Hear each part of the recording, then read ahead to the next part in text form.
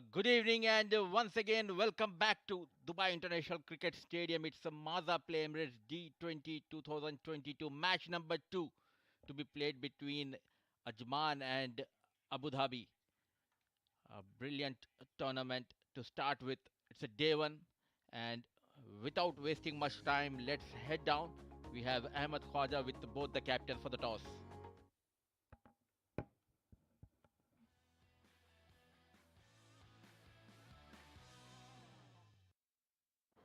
Good evening, ladies and gentlemen, and welcome to the Dubai International Stadium for the MazaPlay.net presents Emirates D20 2022, powered by Fancoat. It's time for match number 2 on the opening day, and I have the two captains alongside me, pitch side here. We have Nasir Aziz, the captain of Ajman. We have Mr. Iftikhar Ali, our match referee, and of course, Mr. Ali Abid, the captain of the previous D20s finalist, Abu Dhabi. It's going to be Ajman to flip the coin.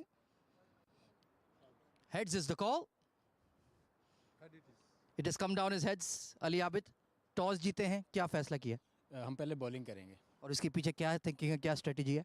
तो इंशाल्लाह कोशिश करेंगे कि इनको 140 150 के अंदर पकड़ें तो इंशाल्लाह हमारे पास अच्छे बैट्समैन हैं तो हम चेज़ करेंगे इंशाल्लाह। और पिछला D20 बहुत ही आला गया था, फाइनल में करीब करीब से रह गए। इस दफ़ा इंशाल्लाह उम्मीद होगी कि पूरा फाइनल तक जाना है, टाइटल उठाना है। जी इंशाल्लाह हमारे पास कम्बिनेशन अच्छा है तो कोशिश करेंगे उनको यूटिलाइज़ करें और इंशाल्लाह जीत के जाएँ। फर्स्ट गेम है तो इंशाल्लाह अच्छा मोमेंटम बनेगा तो कोशिश करेंगे, बाकी इंशाल्लाह जो भी होगा देखेंगे। Best of luck for the game Ali Abid. Thank you. Nasir Aziz unfortunately lost the toss and you will be batting first. If you had won the toss, what would you have done? Ball first.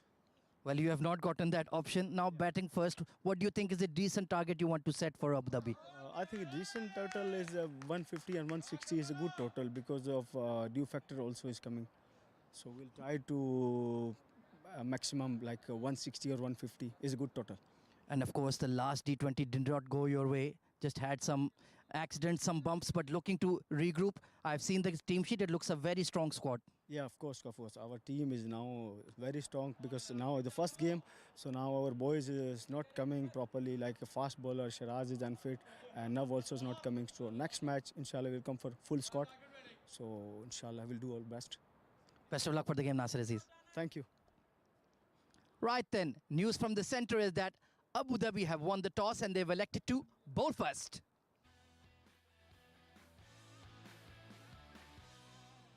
Thanks a lot, Ahmad. And the news from the center is that Abu Dhabi has won the toss and they have elected to bowl first.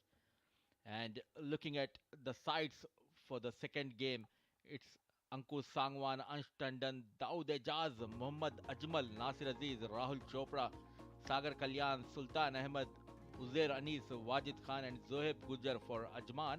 And talking about Abu Dhabi team, it's led by Ali Abid, the dashing batter, Ataur Rahim, Ethan D'Souza, the young Ethan D'Souza is back in this side, Kamran Atta, Mazhar Bashir, Naik Mohammad, Osama Hassan, Pa Riaz, Shah Faisal, Zia Mukhtar, and Zubair Khan. And to take you further in the first innings, joining me in the Combox is Rashid. Welcome to Combox, Rashid. Good evening, Mudassir Ali, and thank you. It's been a wonderful day of cricket so far. We've seen a brilliant game of cricket between Sharjah and Fujairah. The first game, Fujairah winning that by 43 runs. And here we've got Abu Dhabi winning the toss and electing to bowl first, putting Ajman into bat. A very thriller of a contest, I must say, this one as well. Yeah, definitely, because the way Abu Dhabi has played the previous edition, the last edition, they were the finalists, and they gave a good fight to Fujairah and the other teams, and led by Ali Abid. He himself is among the runs, and couple of new faces in this squad.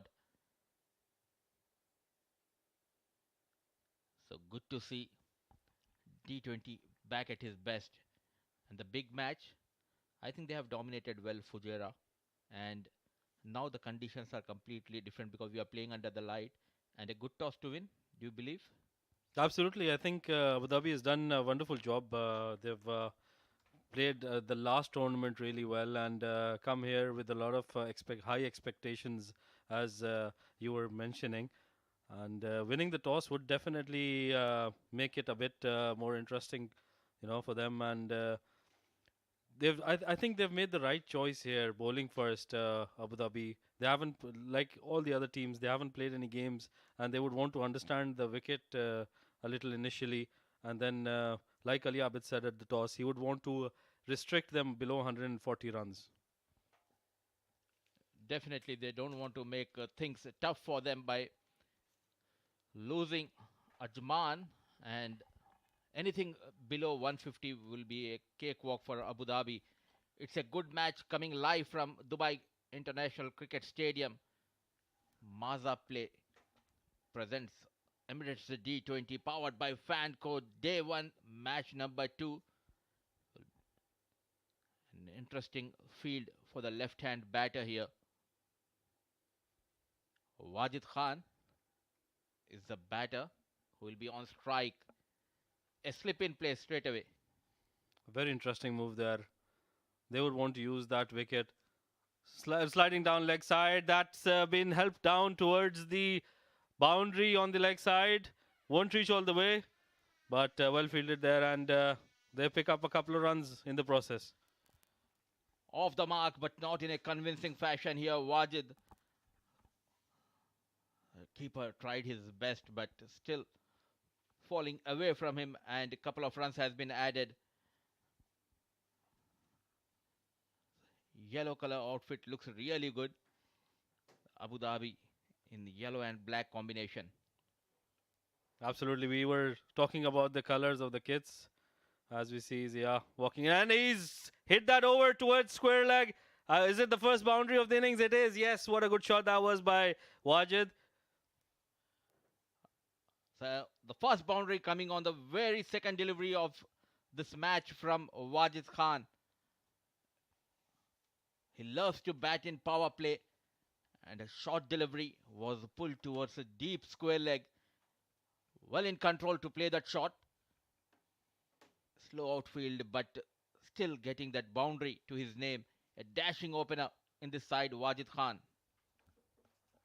He loves the pace on the balls, and he wants to hit them, all of them, out of the park. And again, as we see, there's a hint of in swing there by Zia Mukhtar. That was well bowled. Zia Mukhtar has been very impressive in the previous edition of D20. A very good fast bowler to have in your side. And they have made a couple of changes. In new faces has been added. Ali Abid has been brilliant with his captaincy, the way he's utilizing his bowlers and the batters, as we have seen in the previous edition. This team is here to play some good cricket and better their records. Straight away, we see a change in the field. They're having the heavy leg side field, and to match that field, I think Zia Mukhtar tried a little hard, too hard, and he's bowled a wide down leg side. As you're talking, he's got a very heavy leg side field. He's bringing the ball into the left hand Wajid Khan. I believe if he wants to come into the left hand batter, then he should come around the stumps. That will help him. There is a movement with the new ball. Runs in Zia. Once again drifting towards the legs and flick of the wrist. Just a single this time. With that, we'll see Sagar Kalyan coming to face for the first time in this match. He'll be facing Zia Mukhtar, who has got a very good outswinger to a right-handed batsman. Sagar Kalyan will be on strike for the first time and will be facing Zia Mukhtar, very highly rated batter in the UAE domestic circuit. Sagar Kalyan, he was brilliant with the bat throughout this season. Facing Zia Mukhtar for the first time, runs in Zia Mukhtar. A brilliant delivery. Look at that slight movement. Asking for trouble here. Sagar Kalyan was not in line, straight into the hands of wicketkeeper. Brilliant piece of bowling. No foot movement there by Sagar Kalyan, and with that hint of away swing, as we were talking, from Zia Mukhtar in the right channel, and completely misjudged by Sagar Kalyan. He missed that by a mile.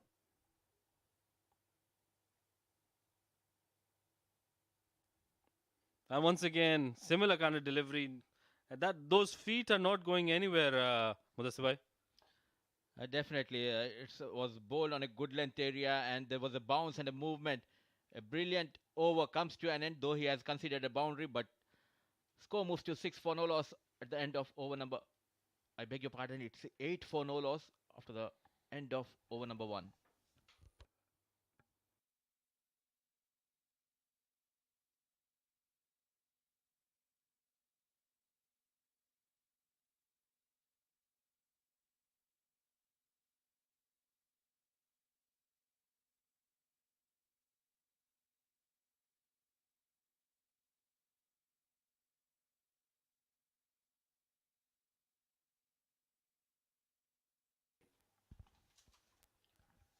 So Faisal will continue from far end, the left arm fast medium bowler.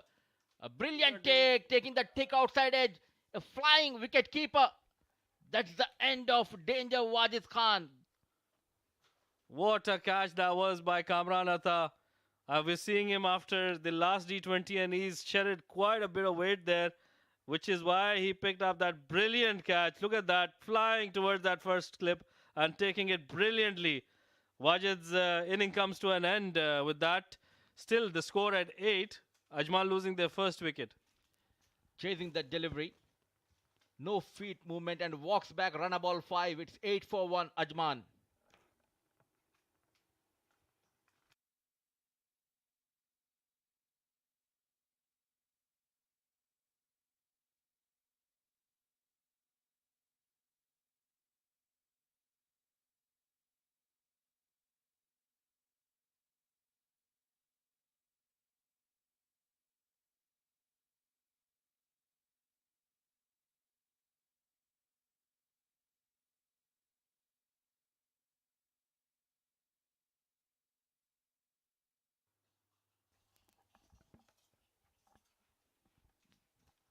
Beautiful piece of bowling with the new ball. And walks in Dawood Ajaz at the fall of Wajid Khan. Still, there's a slip in place. Want to use the new ball here. And talking about Dawood Ajaz, 9 matches, 191 runs to his name, just a single 50. Look at the strike rate, Rashid, 155, 82 best. Very good numbers there, but I think he's got a little more talent than that. Straight away, we see a back on length. He wants to get off mark, but off the mark, but that was nowhere to go. I think Abu Dhabi has settled in and they've got a very good plan for each of the batsmen. They've done their homework for their team, Ajman. We saw straight away that outswinging bowler coming in to bowl to Wajid Khan, who has always had a problem with that outswinger, and straight away picking up that wicket. Yes, definitely. And the bowling on the right area, and they did their homework pretty well here. Abu Dhabi against Ajman. Dawood Ajaz on strike, drifting towards the legs, gently nudged towards the fine leg, and quick running between the wickets. A sloppy piece of fielding, and it's a no ball. That was very good running between the wickets by Dawood Ijaz. As soon as he saw that the fielder at square leg was a little deep, he made sure that he picked up those runs and he made sure that he's going to face that free hit. This is a very big ground here in Dubai. You need to be very quick between the wickets, as we have seen in the earlier match. The batsman running hard for those runs.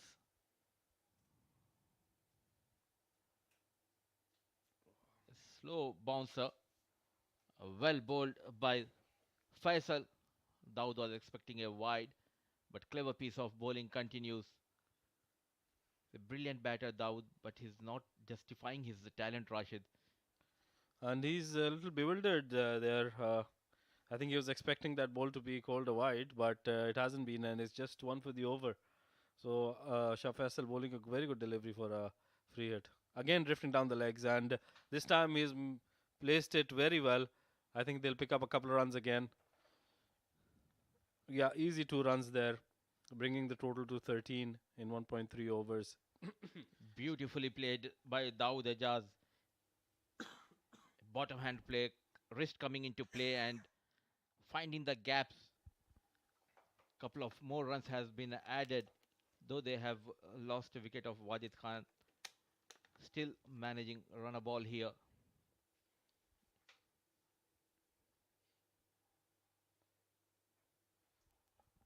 That's at the bottom of the bat, and it's straight to mid off where Dawood Ijaz has lost his wicket. Very well bowled there by Shah Faisal. Changing his line and length, this time a fuller delivery. And early trouble for Ajman, losing one more big batter. It was on the off stump, asking for the punishment, but unable to clear that mid off. Straight into the hands of Captain Ali Abid. Walks back. Dawood Ejaz once again disappointed. Just 4 runs of 5 deliveries. 13 for 2 Ajman.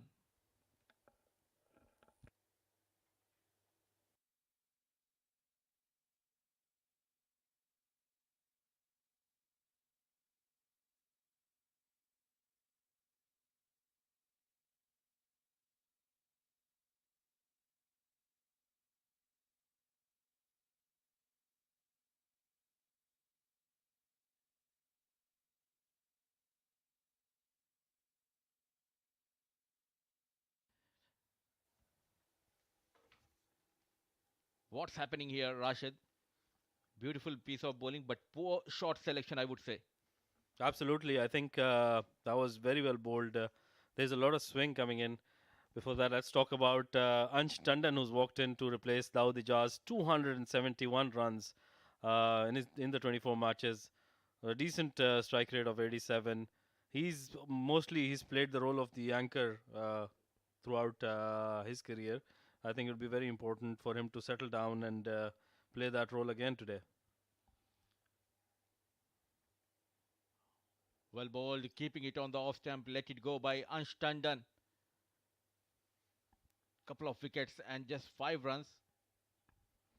We see a very very confident Abu Dhabi team who have they've made sure that they are aggressive with their field settings. We see a slip in place.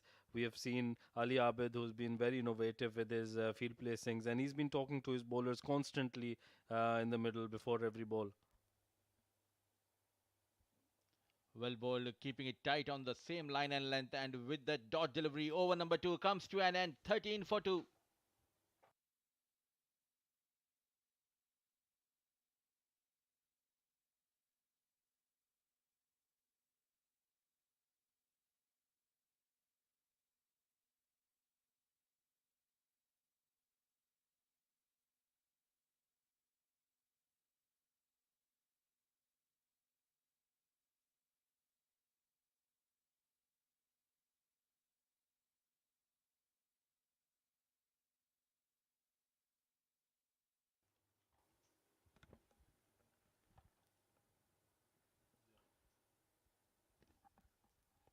Zia will continue from the com box end.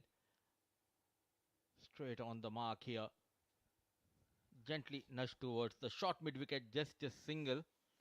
It's completely a different surface, and most of the batters are not used to play on such kind of surface. They're finding it hard. You need to move your feet in order to score runs here. Absolutely, as rightly Asif Khan has shown in the last game, it's very important to get used to the pitch and to the conditions of this ground, which are obviously the measurement, the dimensions of the ground are very different as well. As we see Ansh to face Zia for the first time, and we see a lot of movement there, but a little wayward outside the off stump. But Zia is also, we've seen some of the bowlers, some of the faster bowlers who are using the conditions really well, like Colonel Zaid did, Junaid did, and now Zia and Shah Faisal as well. They're using the conditions well. Definitely, don't try too many things. Just bowl on the good length areas, and the ball will do the talking. Anshtandon yet to get off the mark. This time on the legs and nicely turned towards the square leg region, off the mark. Anshtandon and sorry story continues. A no ball for overstepping here. Zia Mukhtar. I mean, these are criminal errors, and with the team being on top, they've picked up a couple of wickets, and they're still giving away no balls. It's just criminal. I think Abu Dhabi are just losing the plot here. They just need to make sure that they keep bowling in the right areas, whereas Ajman can take full advantage of this and make sure that they score as many runs as possible. Sagar Kalyan on strike to face the free hit. Once again, brilliantly bowled here, keeping Fuller on the off stump, not managing to put the bat on the ball. A dot delivery survives Zia Mukhtar. As we've seen Mudassir Ali throughout, I think the last few domestic tournaments as well. As soon as the free hit comes in, the bowlers bring in their best delivery, and we've seen any delivery going for a boundary, a free hit delivery.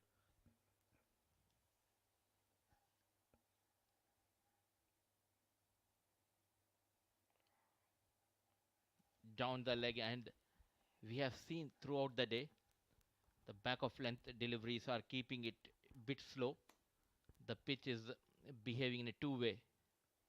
Absolutely, it's a two-paced wicket we've seen throughout, and as soon as you pitch the ball a little back of length, it gives out a tennis ball kind of bounce, and it holds back in the wicket. As soon as you pitch it up, it comes onto the bat really well, which was the case in the first game as well. Not giving any width and room, and brilliant field placement here. You have a slip, a gully, a point, a cover, mid off, mid on, and a deep square leg, short fine leg, and deep third man. Keeping it simple and bowling as per the field. And Ajman losing two wickets, I think they just need to make sure that they keep the strike rotating. And as soon as they get an outside edge there, but falling short of that first slip Mudassir Ali was talking about, and they hamper down for a single. Not adjusting to the line and length of Zia Mukhtar, taking his time, and it's always good to spend some time on this wicket. You need to understand the behavior of the wicket, then you can play your shots with ease. Absolutely, I think it's on this kind of wicket, particular wicket, they need to make sure that they hit it through the line. They can't go across the line, being a very big ground. And Ansh to for guides that to third man, which is the right thing to do at the moment. I think with the Ajman losing two early wickets at the end of 3 overs, it's 19 for the loss of two wickets. Ajman.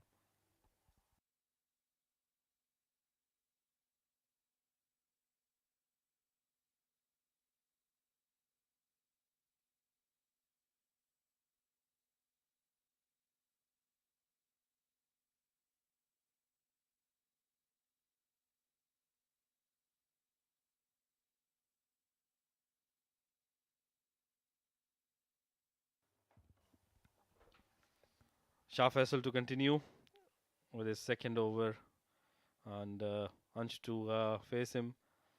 He's let go of some of his deliveries in the last over, and straight away we see that hit through the line over the mid-off fielder, and Ansh picks up a couple of runs. Coming just in the line, not in control, but just managing to clear the mid-off fielder. Couple of runs has been added. Ansh Tandon, a very stylish left-hand batter, needs to make sure that he scores some runs for his team. He has the time and the overs.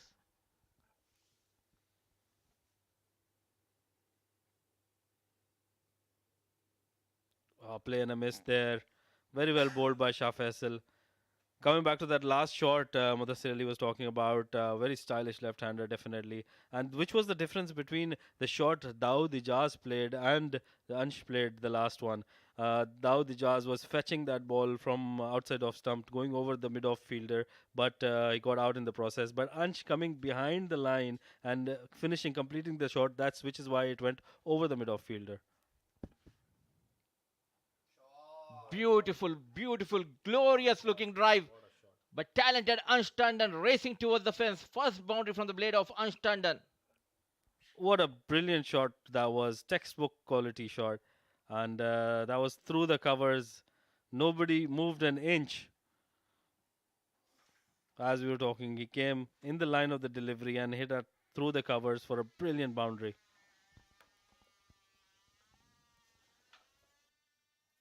It's all about the timing and putting that ball in the gap.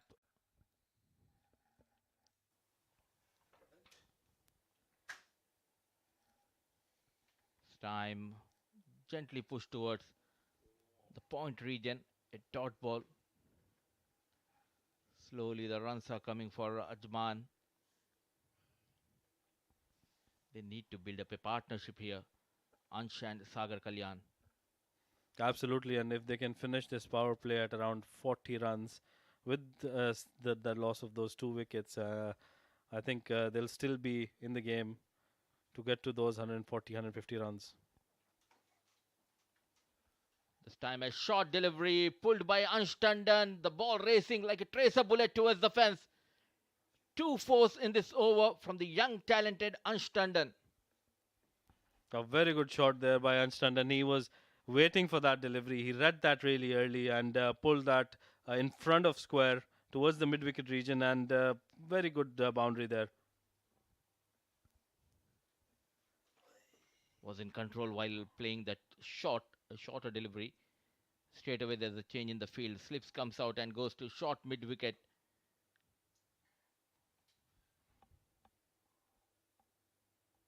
Smart thinking. You have got couple of boundaries.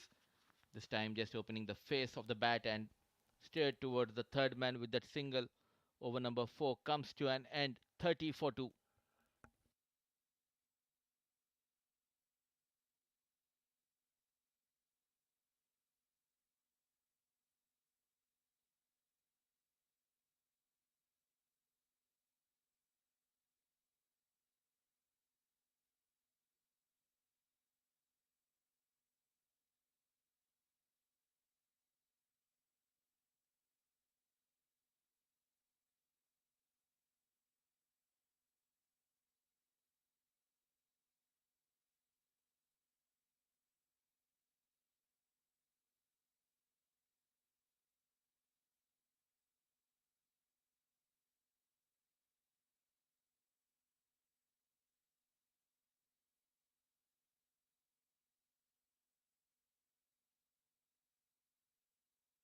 With that, we see a change in the bowling.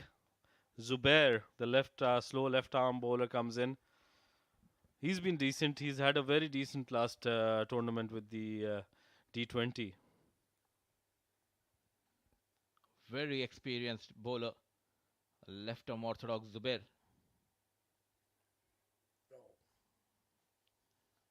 Rightly sent back by Sagar Kalyan at the last minute.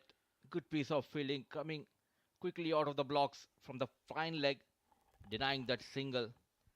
A brave and a good tactical move here by Ali Abid to get left arm orthodox in the power play. Played towards the square leg region there by Ansh Tandon. I think it's a very interesting move with Ansh being the aggressor in this partnership and being the lefty, bringing in a slow left arm bowler. I think they're targeting to get Sagar Kalyan out here. They want the batters to take the chances against the left arm orthodox spinner. There's a deep square leg and long on 2 fielders patrolling that boundary. Well bowled and pushed towards the covers. A dive coming from the fielder. Very well fielded there. And it can also play towards the hand in the hands of Sagar Kalyan. He loves to play that over extra cover, and with the ball going away from him, I think that'll be very interesting to see how he plays that. With that, it's a very tight call there, and that was very, very tight. I think a misjudgment there by Sagar Kalyan. He would have been out if that would have hit the wickets. Ali Abid was the fielder at the short mid-wicket. Ran that run, a suicidal run. Lucky to survive. Sagar Kalyan, Ansh Tandon of 14 of just 11 deliveries. This time, a sweep comes into play by Ansh Tandon. Just a single brilliant piece of bowling in the power play by the left arm orthodox bowler, not giving any room. He has seen Harry Bharwal bowling in the first match, and look at that delivery pace. Very slow in the air, Zubair. Commentator's curse comes into play. We are praising the bowler, and straight away a wide-ish delivery down the leg. Well done by the wicketkeeper Kamranata. What a good effort that was. And as soon as you were talking about the slow bowling by Zubair, he's fired one in towards the leg stump. But very well done, very well kept there by Kamran Atta with the last ball. And he's gone over extra cover. That's the region he loves to play. I think it'll be a very close call towards the boundary. And it hasn't reached, it didn't have the legs to reach the boundary. They pick a couple of runs. With that, it's the end of the over number 5, and it's 36 for the loss of 2 wickets.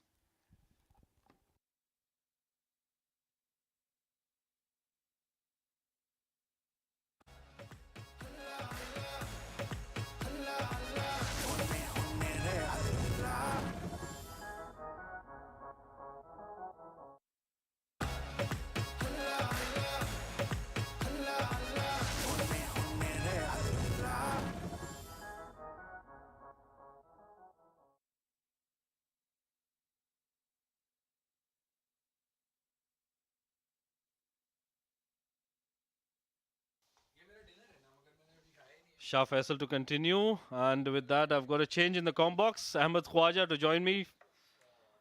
And Ansh Tandon pays a brilliant shot there.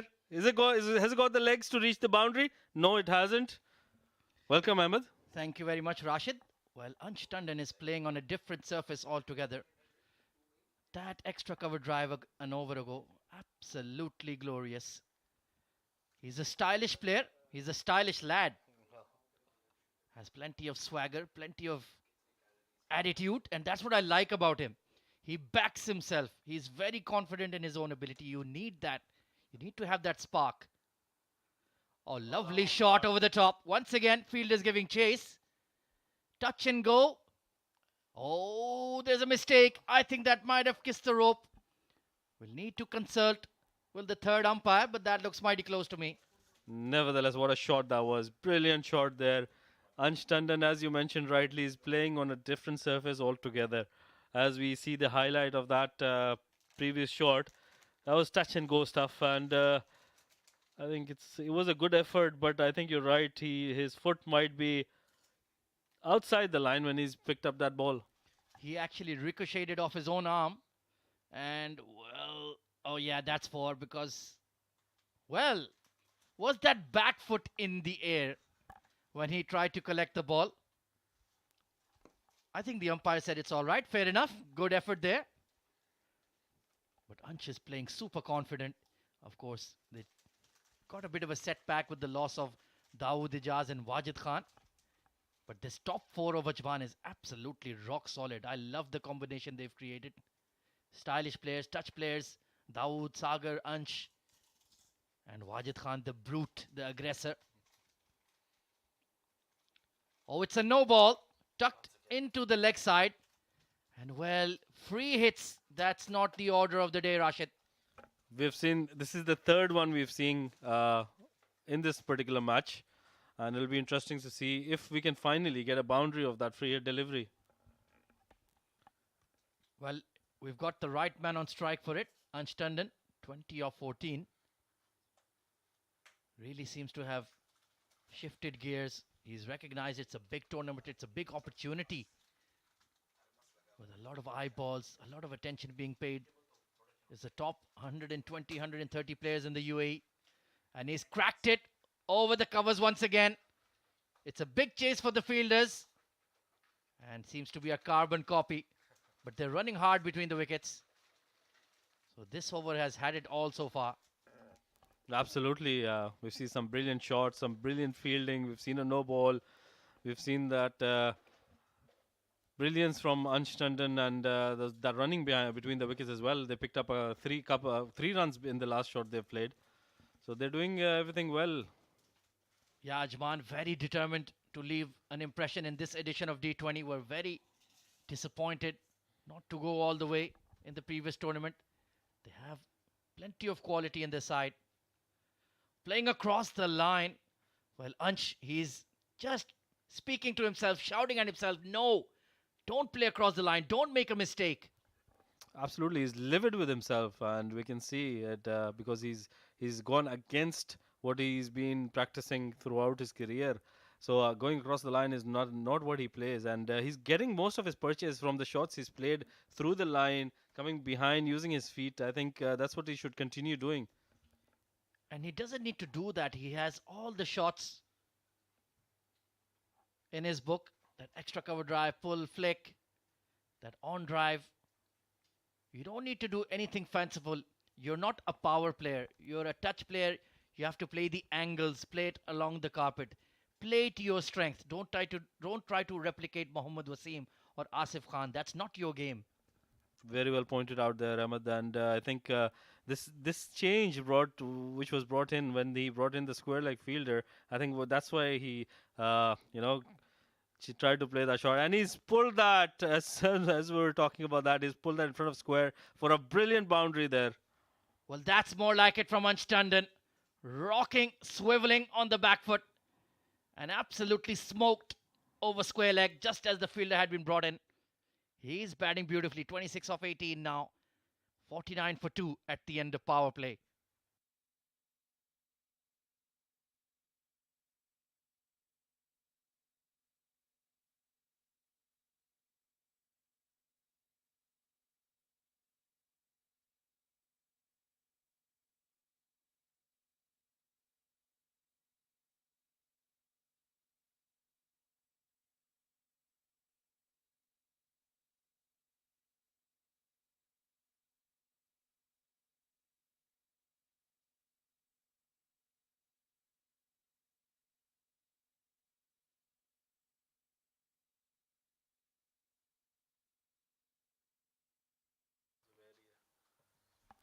So the left arm spinner will continue. Zubair bowling from the com box end.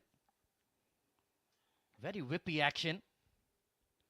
And Sagar Kalyan, 7 of 12. That's very unlike him. Usually a very free-flowing player. Plays with a lazy elegance. I think he's changed his game a bit after those two wickets fell down in front of him. He's just trying to play that anchor role with Ansh being the aggressor in this partnership. He's picked up a few boundaries, which is why I think Sagar is just happy rotating the strike and giving him as much strike as possible. 50 has been raised in decent time. Going along quite well despite the loss of Wajid Khan and Dawood Ijaz. Back cut. Couldn't beat the point fielder. And that was a risky single there.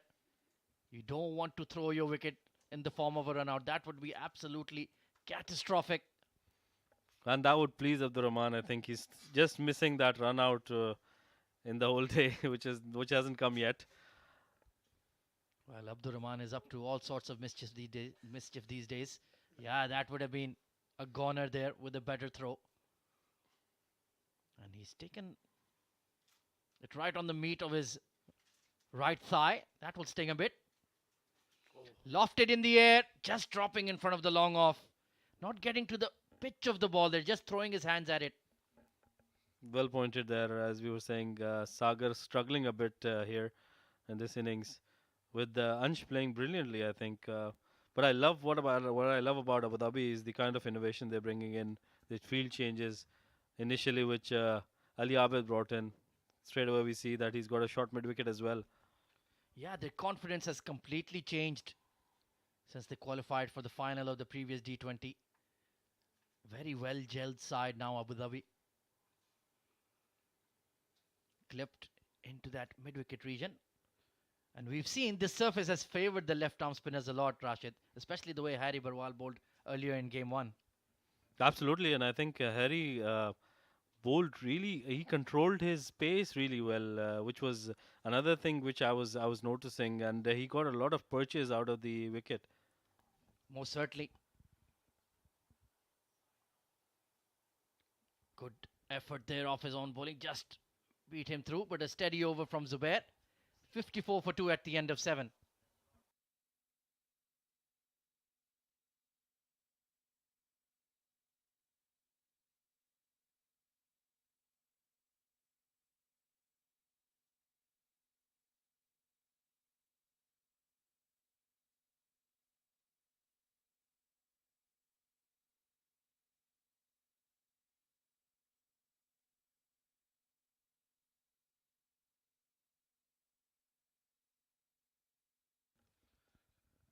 Wajid Khan and Dawood Ijaz failing to get into double figures.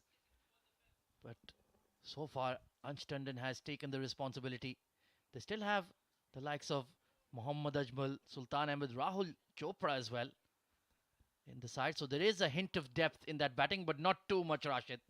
They need a big partnership right here. This is the pair to get for Abu Dhabi. I think if they would stay in the middle for another 5-6 overs. They would take the game away. We know how free-flowing Sagar Kalyan can be, and Ansh is already showing his class by getting those 20 odd runs. Yeah, he needs to play a big knock though, not these pretty 20s and 30s. That's not enough. He needs to take the leap to that next level. There is absolutely nothing missing in his game. Meanwhile, Riaz coming on to bowl from the far end. Oh, has that been edged behind? Big colourful appeal there from Kamran Atta. Very colourful, and he was very excited, but umpire not interested. And I love the way that they've gone back to their classic colours, all the sides. A big shot by Sagar Kalyan. Extra cover takes an excellent running catch. Ali Abid, the captain, setting the tone in the field. And that's a huge blow to Ajman. Sagar has to walk back. Ali Abid doesn't drop many, and what a good catch that was. He was calm under the ball, and Sagar Kalyan mistiming that as we see that outside the off stump, trying to heave that over extra cover, but straight up in the air, and Ali Abid calm as a cucumber, and he picks that up easily. With that, Ajman lose their third wicket with the score at 54. Disappointing outing there for Sagar, 9 of 16. And now the men in purple are under serious pressure.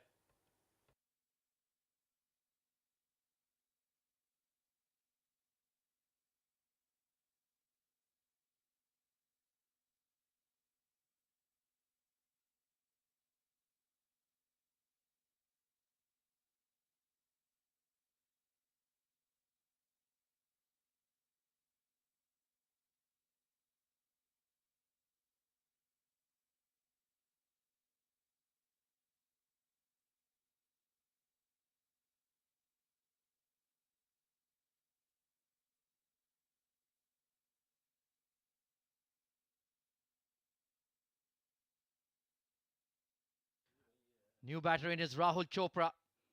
Well, he's the linchpin of this batting lineup. Right in the middle at 5. Beautiful square drive immediately getting into the game. Lovely fluent shot for a couple. And now the pressure is really on here, Rashid. Where do they go from here? Absolutely, and I think Abu Dhabi can. If I was Abu Dhabi, I would bring in another fielder and cut down those singles and make sure I put in added pressure to Ajman.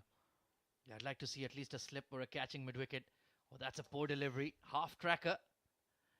But they haven't capitalized. That's what happens when the batting is under pressure.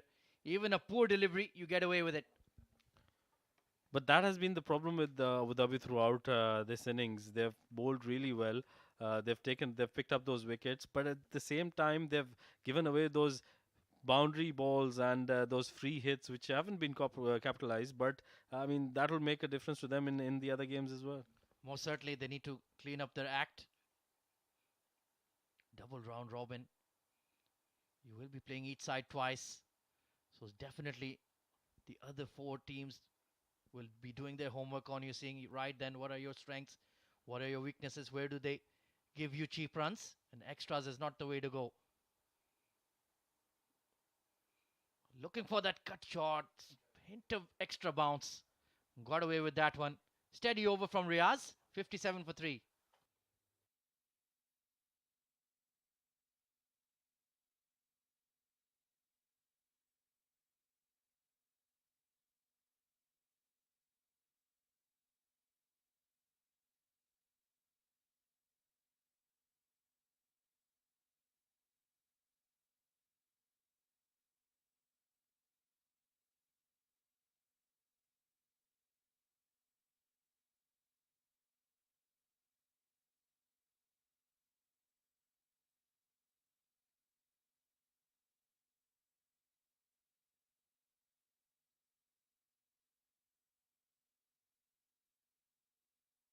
So it's certainly going to be trial by spin for Ajman.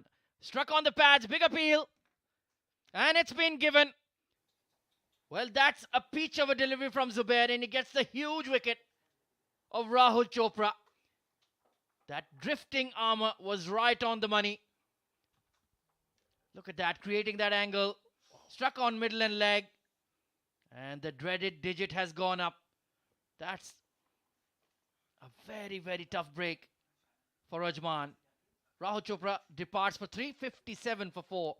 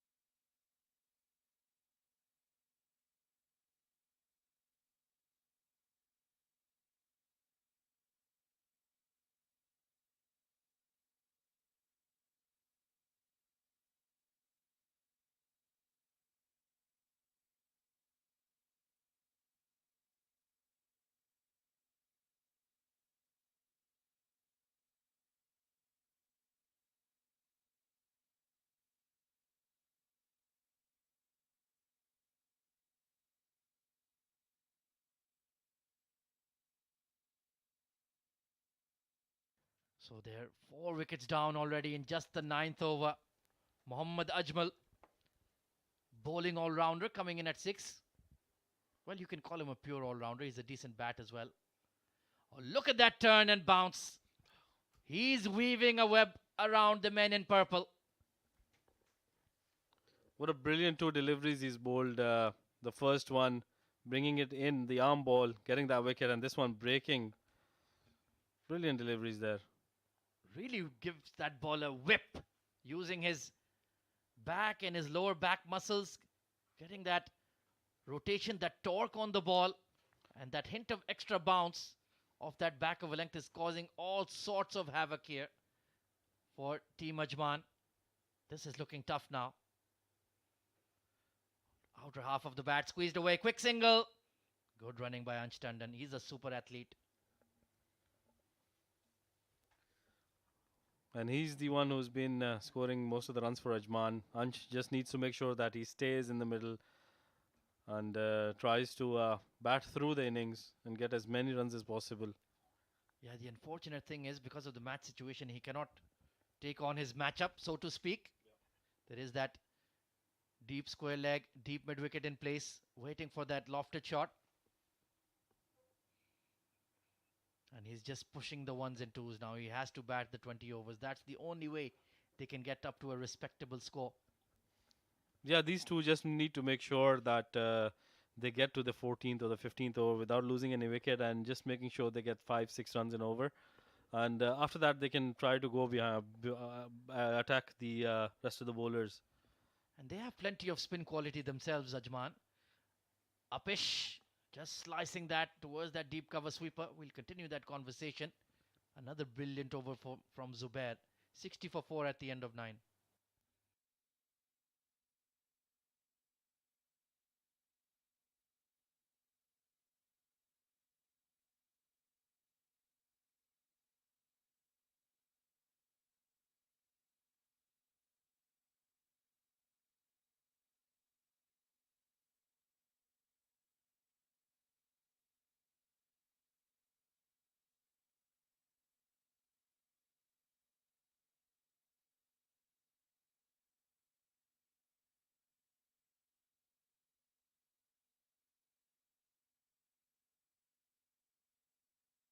Mazhar Bashir coming into the attack. So they've introduced a leg break here. Let's see how Mohammad Ajmal and Ansh contend with that. It's going to be trial by spin, that's for sure. This one just going on straight with the armor. Top spinner. I remember Mazhar Bashir. He's a very talented bowler. He's got a lot of variation in his bowling. He's got the leg break. He's got the googly. He's got the flipper. He's got the straighter one. Mystery spin is the name of the game. Oh, that's a half tracker pulled away by Ajmal. There is protection at deep mid wicket. Well, we just saw that stunning debut made by Abrar Ahmed in that second test. He's also a bit of mystery spin, some googly, some toppies, some leg break. And that's an ideal bowler for this format, Rashid. Absolutely. For 20 overs, I think mystery spin is something that would always bamboozle the batsman. But I love the way they've set up the field placing as well. He doesn't have a short fine leg, but he's got that short mid wicket to cut down on that single. Good attacking, field placing, but this is a filthy delivery. Fired down the leg side. And that will be... No, it's just going to be pulled in. But they will take 3, so that is pretty much a boundary. Didn't have the legs to reach the boundary, but nevertheless, I think that was a very wayward ball. It doesn't have, as we pointed out, it doesn't have a short fine leg, which makes it very interesting to bowl that kind of a delivery. And Ansh is very good on those paddle sweeps as well. In fact, they only took 2. Pardon me, I thought they ran for 3. So let's see if he attempts that. Down the leg side. Well, it's bothering your bowler that you don't have a short fine leg. He's just firing it down the leg side repeatedly. Not getting his line right, I think, and Ansh could have made better use of that delivery, could have got a boundary. That was a boundary ball. But nevertheless, he's got another chance here. Oh, look at that. That one just nipped away from him. Good single, good call there from Mohammad Ajmal. Another talented cricketer who hasn't fulfilled his expectations, Rashid. Mohammad Ajmal is still young. He's got a lot of years behind him. I think he's improving since the time I've seen him first. And so I think he's just on the right track, playing some good cricket. And this is a massive opportunity for him as well. Good pickup by Ajman. Cracked away behind point. And deep cover will not catch up to it. That's a boundary after a fair while for Team Ajman. A welcome boundary for Team Ajman. That was very well timed. Because of that short mid wicket, they don't have that point fielder in the right direction. I think they're changing that field position now and bringing that extra fielder there, which could have maybe saved that boundary. Yeah, trying to be a bit too inventive there, Ali Abid. And it's bothering his bowler. He's gone for 10 runs already. Now switching to around the wicket. Interesting. And they've pushed that mid-wicket fielder out as well. Oh, looking to glide it behind point. That's a very difficult shot to play. Absolutely, and you'll have to be really set on this wicket to play that kind of a shot. It's a good thing that he didn't get an edge and give away his wicket. Yeah, Kamran Atta is a very good keeper.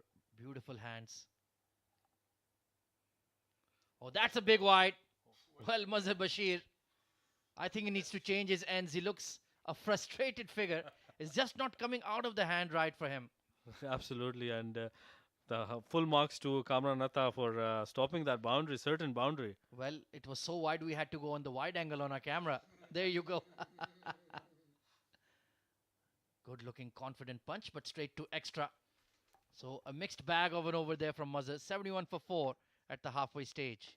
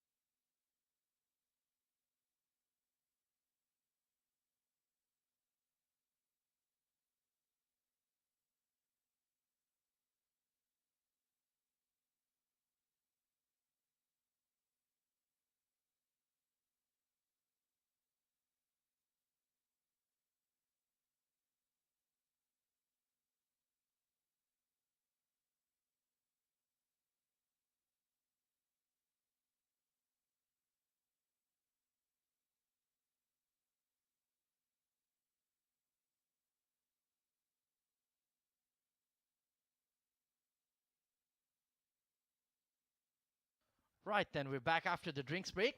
Mohammad Rashid will take a well-deserved break, and joining me in the comm box is going to be Mr. ART, Abdurrahman Tariq. Good-looking punch down the ground, and welcome to the comm box. Oh, thank you so much. I thought you said good-looking Abdurrahman Tariq walking into the comm box, Yeah, but I- it was a good-looking punch. I can't lie to our audience. Meanwhile, Ajmal and Ansh trying to knit a partnership together.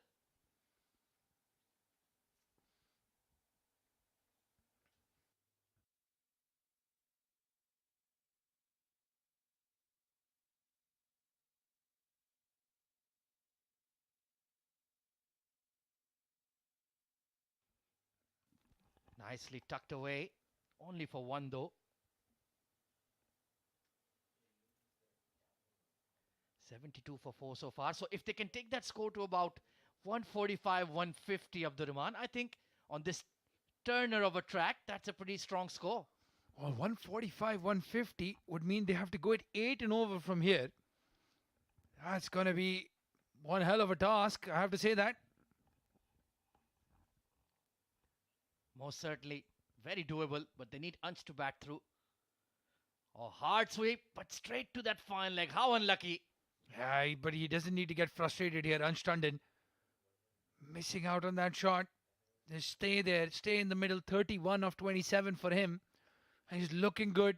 This is a very good opportunity for Ansh to show his talent, to show his skill at this level. Oh, absolutely. Golden opportunity. He's in a strong side as well. They're batting him in his right position. And look at that turn. Nicely tucked in towards mid-wicket. And Mohammad Ajmal will run well between the wickets as well. So that's an advantage. Yeah, both of these young lads, very fit. Good running between the wickets. Well, I'm loving Abu Dhabi's approach to the game, though. Beautiful drive, but once again, not being able to find the gap there. And Zubair has bowled a game-changing spell here. Fabulous stuff. It seems to be the day for the left-arm spinners. Harry Barwal in game number 1 and now Zubair Khan in game number 2. Last ball of the spell. Can he get a breakthrough here? Can he finish off on a high? Well, no, actually, he has 3 deliveries left. You're watching the game in the future, Abid. Pardon me, Abdurrahman. I have taken a lot of offense to that, Ahmed Khwaja. It is the end of the over.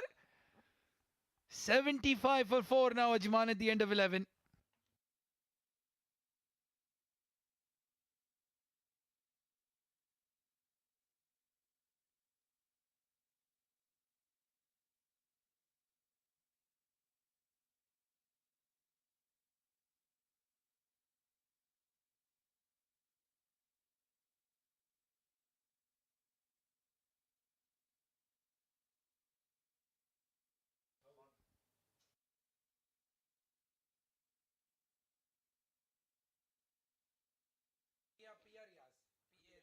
Riaz coming back onto bowl then, with his steady off break.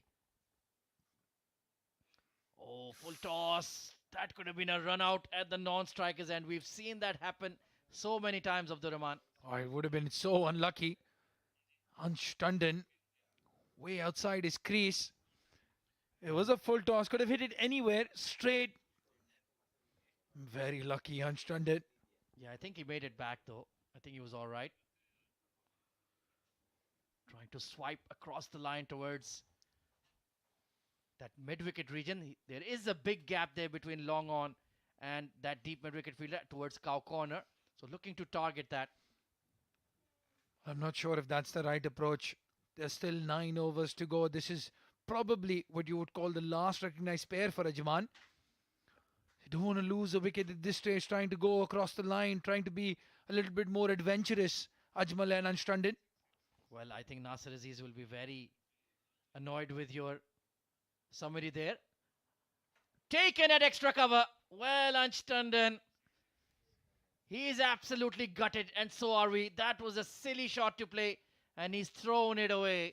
And again, it's Ali Abid. He can do no wrong. The Midas touch, a bowling change that was needed. And Riaz gets the breakthrough. It's a big, big wicket in the context of the game. Just didn't go through with the shot. Didn't get it along the carpet or over the fielder. And Ali Abid, he doesn't drop catches. Full stop, period. 76 for 5. Ansh gone for a well-made 33.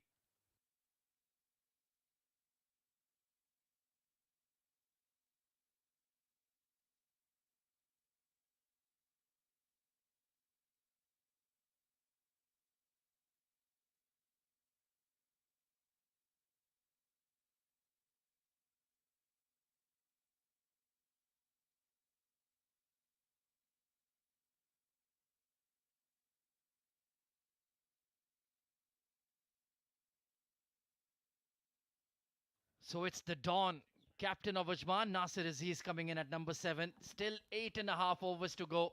And the set batter has been dismissed. Where do they go from here, Abdurrahman?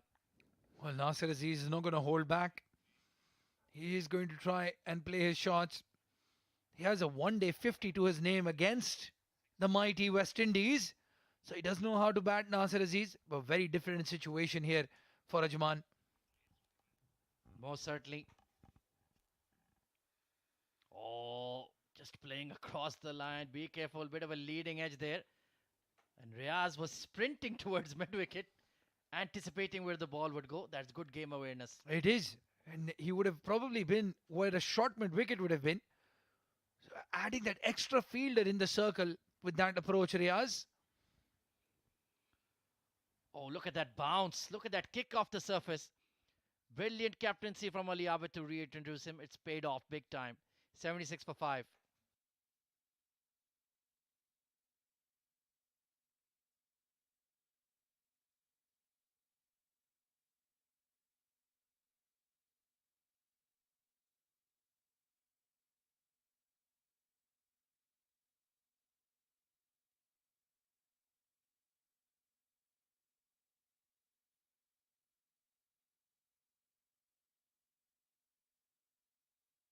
Well, this is very interesting. It's something you don't see every day.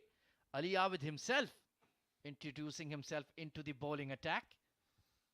Bowl some gentle military medium. Let's see if he can get that ball to swing, Abdurrahman. Well, he's a very intelligent cricketer, Ali Abid. But from this end, with the two right-handers, would have probably been a better option to bring in the leg spinner again. Give him some confidence, especially with the left-hander out of the way. Yeah, one bad over. Anybody can bowl those. But Ali Abid making the change. Good looking drive. Beats the extra cover. And are they going to push for 2? Yes. And they'll make it quite comfortably. Ajmal is better against the fast men, so this might suit him. Yeah, very good point there, Ahmed. Ajmal, an opener by trade, does open for his domestic club. So he will enjoy a bit of pace on the ball. Yeah, and a wonderful name they have, that club, the Ajman Heroes. So somebody needs to be heroic here. And of course, he's batting alongside his club captain. Oh, once again, that on drive towards the bowler. Keeping it absolutely dead straight. Well, Mohammad Ajmal as well. Debut here at the Emirates D20. Maybe under a bit of pressure. It's a big tournament. It's the marquee domestic tournament. Oh, absolutely. The best 150 players in the UAE participating. 6 teams. Pulled away hard. And that will hit the fence. Beautifully pierce the gap to perfection. Oh, that's what he was waiting for, Ajmal. Gentle, military medium pace, Ali Abid. He's not express quick, and that was a hit me ball. Sat up nicely, pulled towards square leg, hits the sponsor's board. Yeah, at that pace, you cannot afford to drop it short. And we keep insisting a score of 140-150 will be a tough one to chase for Abu Dhabi. They need to keep a lid on these boundaries, because we've seen this surface is taking a lot of turn. Forced through the covers, only for 1. So he's looking quite fluent out there, 15 of 15. Again, he's missed out, Ajmal. Short and wide, could have cut it towards extra cover or over point. 7 of the over already, Ali Abid. So far, he's done everything right. But I think bringing in the spinner for the next over is going to be crucial here.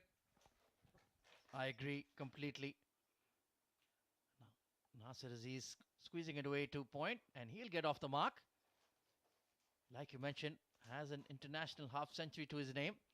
Well, if he gets half of that, I think his team will be in a very strong situation. Well, last ball of the 13th over coming up. 7 overs after this. 10 and over will get them to that 150 mark.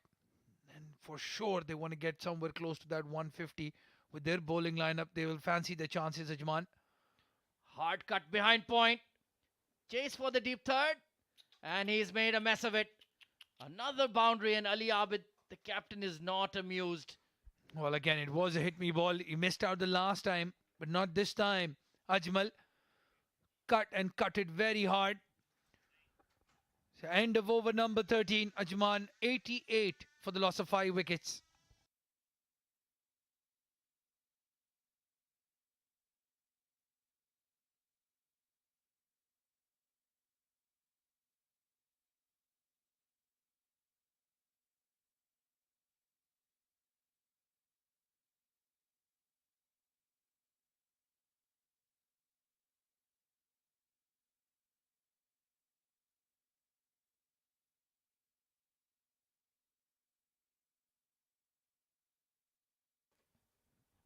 So the leg spinner, no, Riaz is continuing here. I love the side-on nature of his action. Very old school off spinner, isn't he, Abdur Rahman? Yeah, very similar to Washington Sundar, that action. And he's tall as well, Riaz. Yeah, Washington making a comeback into the Indian national side. They certainly missed his presence. Beautiful shot through the covers. There is protection out there, so and they're pushing for 2, and the throw was off target, and Ajmal taking a bit of a tumble. Not the most elegant dive you've ever seen, but it worked. Yeah, good running between the wickets. Nasir Aziz is going to push his partner, that's for sure. Mohammad Ajmal is playing well. He's looking good in the middle. 22 of 18. Yeah, playing a fluent knock. If only Ansh had hung around with him. Pulled away uppishly. There is protection towards that mid-wicket fence. He does like to play the ball aerial, but he tends to drop it in front of the fielders or over them.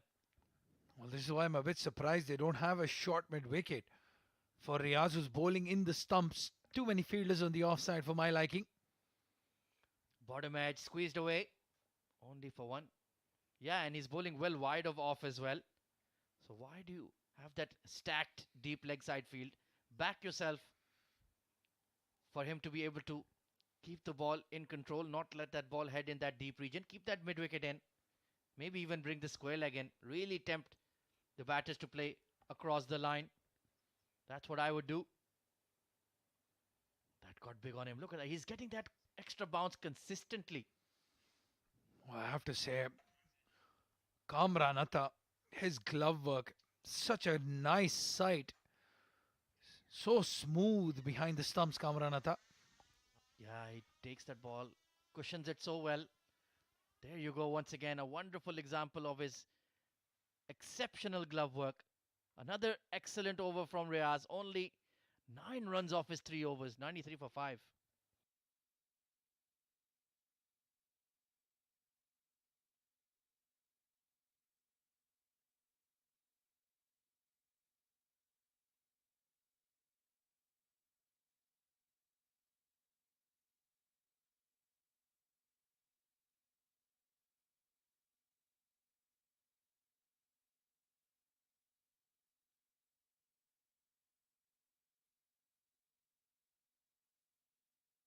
So Ali Abid, only 1 over for him, and he's turned back to Mazhar Bashir.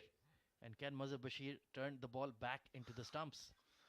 Oh, the puns. Ahmed Khwaja This on is a just roll. day 1. This is just day 1 of D20. Watch out, people. Ahmed Khwaja is on a roll. Oh, outside edge. There's nobody at slip. A big chase for the short third. And it is a slightly sluggish outfield. Zubair will pull it in over collision. What's going on here? Was that a run out? A comedy of errors. Are they all right? First of all, their health. And have they saved their wicket? That's my second question. Well, it's a double play. Run out on both ends. An opportunity. Mid-pitch collision. Nasir Aziz and Ajmal both looking at the ball. Well, there was that outside edge. Big chase by Zubair. They thought it would go for 4 initially. Then they realized, hang on, we have to make a dash here. And keep an eye on the 2 men in purple. Oh, he's made it. Wonderful work, Nasir Aziz.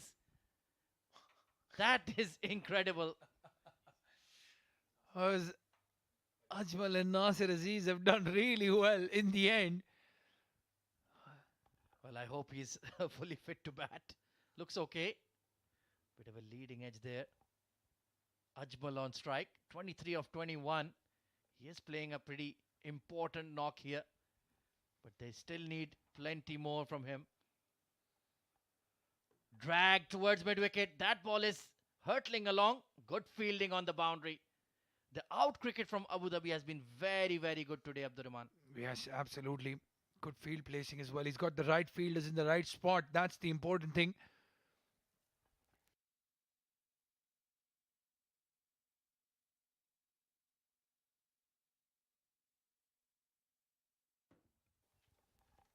.98 for 5. Drag towards mid-wicket once again.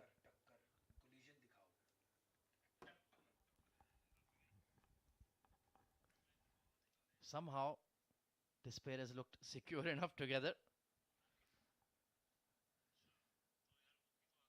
26 of 24 for Ajmal. Trial by spin, and so far he's managed well. And Nasir is just feeding him the strike. 100 up, just on the cusp of 15 overs. That's not too bad considering the start here, Abdurrahman. Just the only problem is those 5 wickets that they've lost. They don't bat very deep, not like Fujairah or Sharjah, who are batting all the way till number 8 and 9, and batsmen who can hit big runs. Big shot by Mohammad Ajmal. He challenges the fielder, and that's a 6. Stepping on the gas there, taking a calculated risk, and he's belted him for a maximum. 11th tournament 6, and that's a beautiful shot from Ajmal. 106 for 5 with 5 overs to go.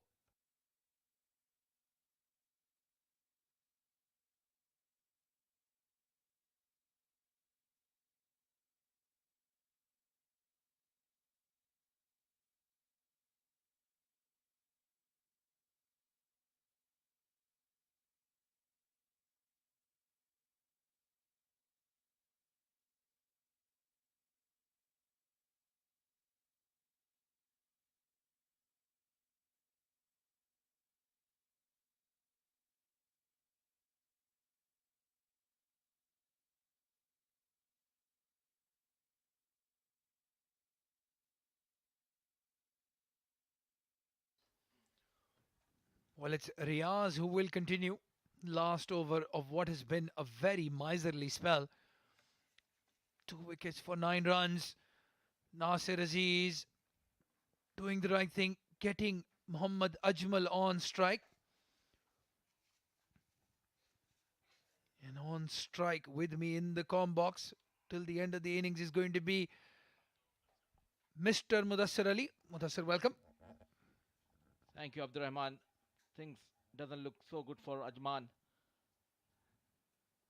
A beautiful drive, couple of runs saved by the fielder. Ajmal making sure that runs comes very quickly for his team, batting on 34 of just 26 deliveries. Yeah, he's got the key role here now. He has to bat out the full 20 overs, Ajmal.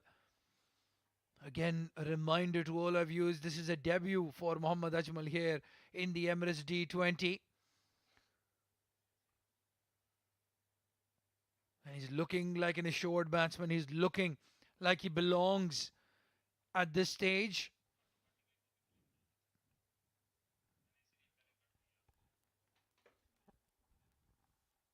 It's like a talent hunt tournament for all the lads in domestic circuit. Ajmal has been playing with the domestic team throughout the season, and this is a big platform opportunity given to him and taken with both the hands.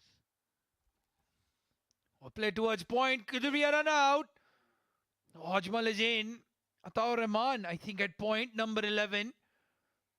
Ball hit straight in his direction. You have to say that's a very poor single conceded in the circle. So Nelson on board. A bit slow off the block here, the fielder. And very quick between the wickets, Ajmal. Yeah, needed a direct hit. Ata Ajmal going across the line again, getting the outer half of the bat, a single towards long off. How good has P.A. Riaz been today? An off spinner, very rare sight in the domestic circuit. The other off spinner that I know of is the one batting, number 8, Nasir Aziz.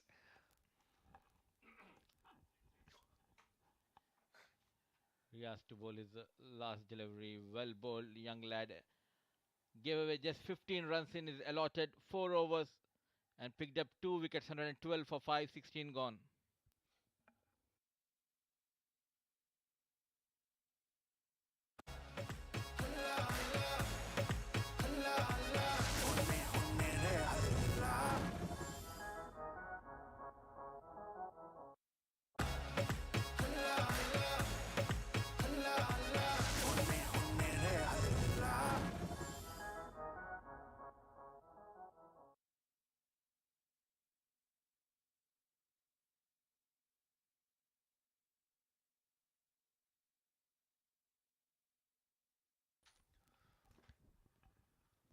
Well, the over number 17 about to begin. It's Zia who's coming in to bowl. Steady 2-over spell so far from him. Will probably bowl the 17th and the 19th over. So very key that Ajmal stays till the end, managing those runs with ease. A partnership building between Nasir Aziz and Mohammad Ajmal. This time goes towards the mid wicket. A brilliant pickup by the fielder.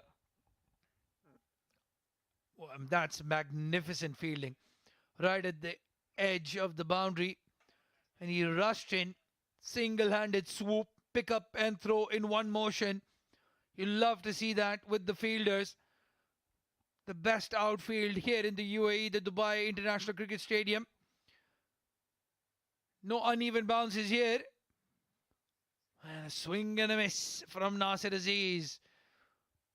I think they're going to fancy the chances from both ends now, Mudassir. I don't think they're going to be taking singles and trying to get Ajmal back on strike. Nasir Aziz has to put his foot down as well if they want to get to that 150 mark.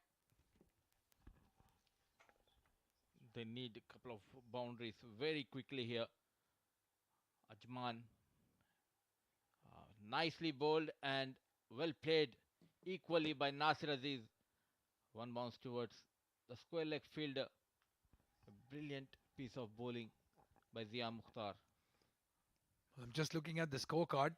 13 extras given away. We're only in the 17th over.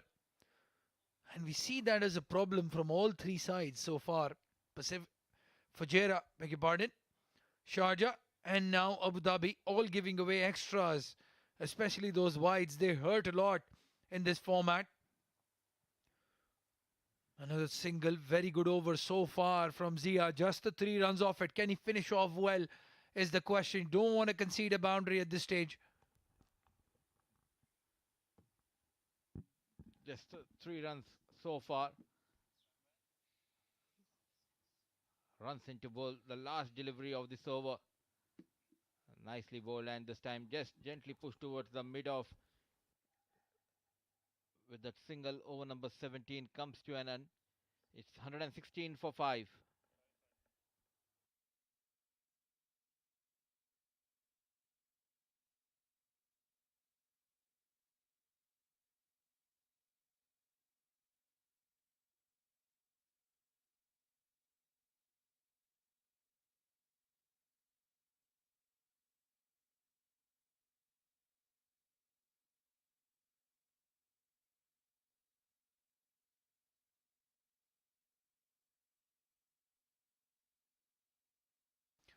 Shah Faisal coming in to bowl the 18th over. 2 wickets and 2 big wickets. Play down towards long on and they're going to push for 2. This is a very dangerous run. But in the end, both Nasir Aziz and Ajmal have done really well to get to safety. Brilliant running between the wickets. He's a vintage model, but well maintained. Quick between the wickets. Nasir Aziz going for that second run. A brilliant cricketer. Trying the slower delivery. Has he found the gap, Nasir? No, square leg fielder has done well. Another double. Well, he's not vintage. They call them the classic cars. It's like a Ford Mustang 1967 fastback.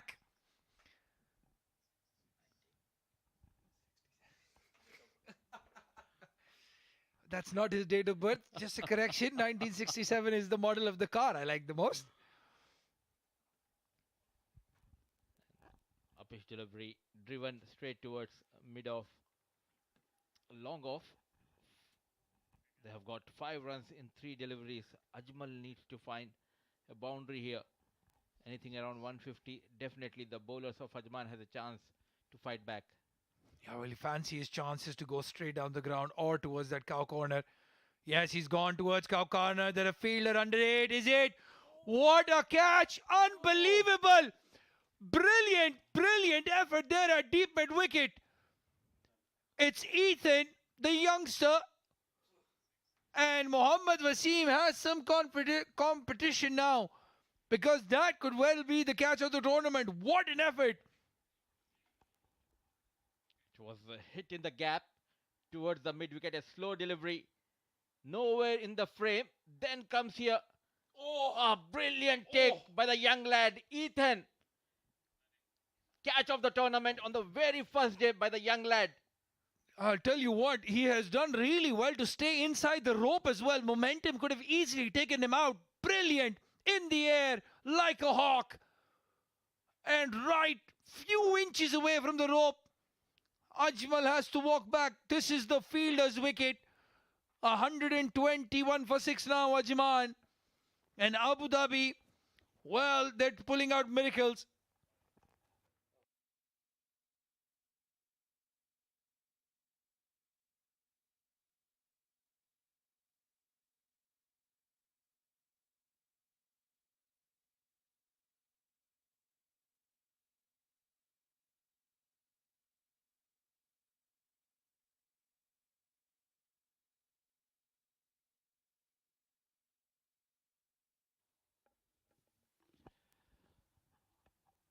An excellent inning coming to an end. A brilliant catch has been taken by Ethan D'Souza. Walks in Sultan Ahmed. Off the mark, but not in a convincing fashion. What do you want to say about the catch? Well, I don't think there's any more words left in me. But you pointed out really well, Mudassir, that it was to his wrong side.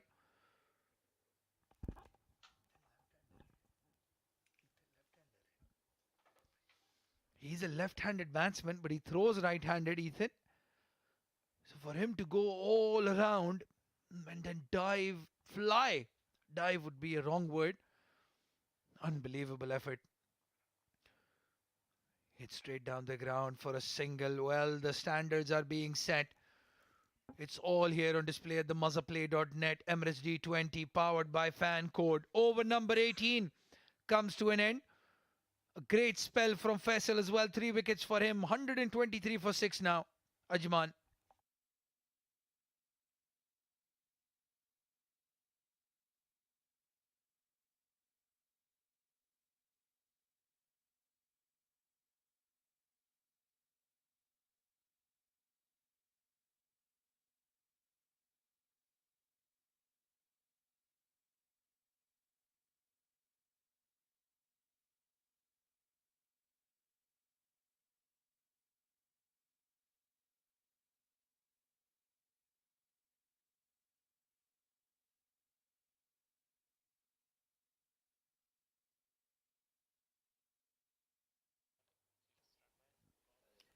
Zia Mukhtar continues and he'll be bowling the 19th over. Coming into the right hand, Nasir Aziz. There was an appeal, but going clearly down the leg. Well, they're not going to die wondering now, Ajman. Throwing their bat and everything. Nasir Aziz going across the line. Don't think that's a good idea on this wicket. It's not those flat decks that you see in Ajman and Sharjah. Very sporting wicket, I have to say. In it for the fast bowlers, for the spinners as well. And if you bat well, like Asif Khan did, you get runs. You can hit a few maximums as well. We've already lost 2 balls here in the Dubai International Cricket Stadium.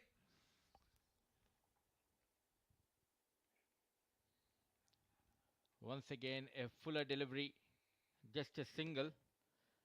They have improved a lot as a team, Abu Dhabi. And they were at the bottom of the table a couple of seasons ago. The last edition, they managed to get into the finals, lost to Fujairah. Very hard-working team under Ali Abid. Play towards mid-wicket. They're missing a couple of key players in this tournament. Fayyaz Ahmed, the left-handed spinner all-rounder. Uzair Khan making a move towards Fujairah. Another man that they're missing. Ghulam Murtaza is injured. He's not playing today. He's a big hitting all-rounder. But they've added a youngster and he's delivered with the fielding so far. Can he deliver with the bat? Ethan D'Souza. Swing and a miss from the Sultan. Dot ball, rare dot ball, worth its weight in gold at this stage. 126 on the board. They need another 20 runs from here, Mudassir. They need to get close to that 150 mark. For that, they need boundaries here. Taking the thick outside edge, but third man fielder coming into play. And is there a run out? A direct throw coming into the gloves. And without wasting much time, dislodges the bail here, asking for the third umpire. Well, Sultan Ahmed has done one thing wrong, and that is gone all around the stumps for that second run. Very good throw by Faisal. And it's going to be a close one. Atta, as the Kamran Atta, I beg your pardon. It's close. It's one frame. I think the bail is in the air when that ball is just on the line.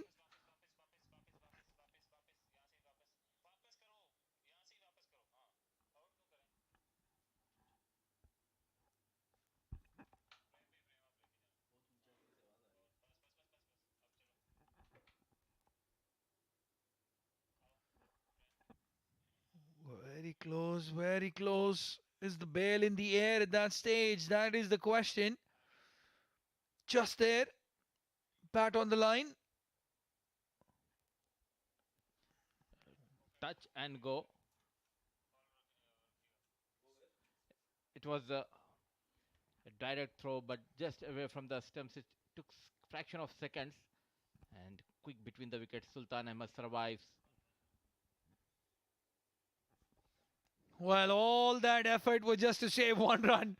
Sultan Ahmed swinging across the line, and he is bowled.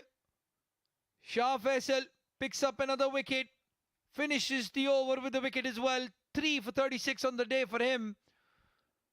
And Ajman, 128 for 7 now.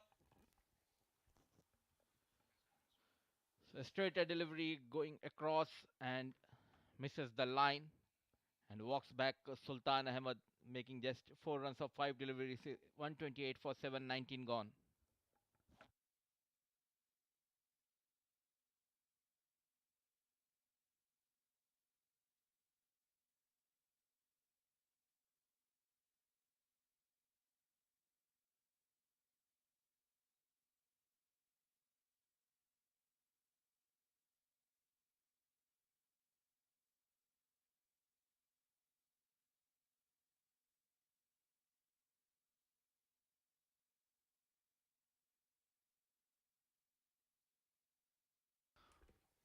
Well, very interesting here. It's a spinner that's been given the last over. They've used up all the pacers. Ali Abid not coming into bowl his over. Mazhar Bashir, who's been very expensive.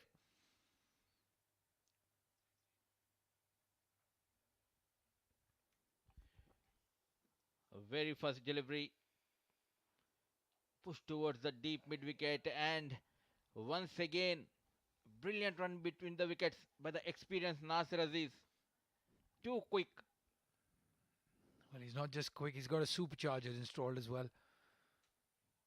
Brilliant running, quick turn. Again charging down the track, Nasir Aziz. Again he's going to push his partner for two. Could this be a risky one? Uzair Anis has done really well, dived into his crease. Has he saved himself? Osama was the fielder coming all the way from the deep, long on. Straight away off the block at the non-striker end. Anis.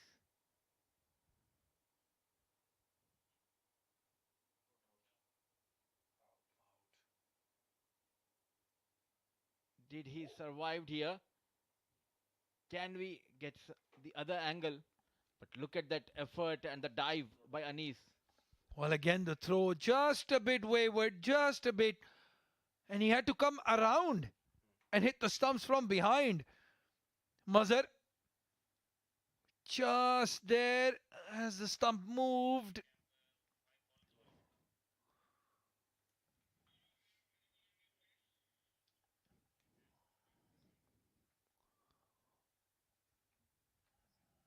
We're just holding up a little bit.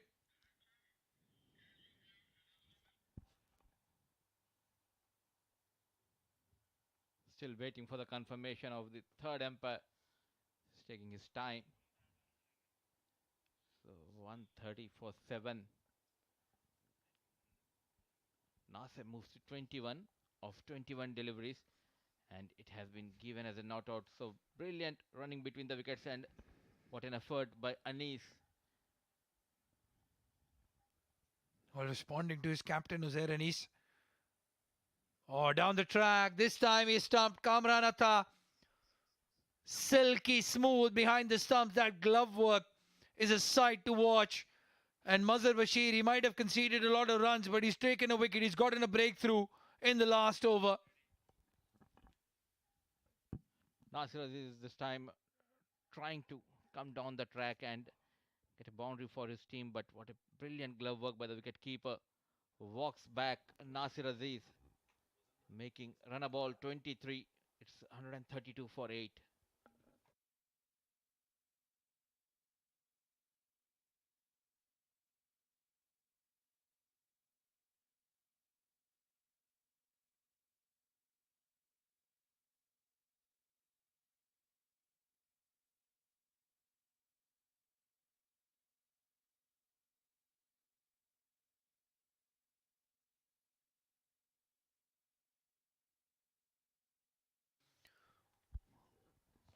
Well, halfway through the last over, 132 for 8. Zohaib Gujjar comes into bat.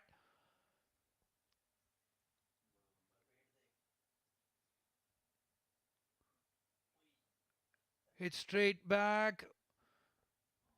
Uzair Anis pushing for two. Well, Mazhar, I have to say it's very disappointing. He should have gone behind that ball. Probably would have saved that extra run. That's very poor game awareness from Mazhar.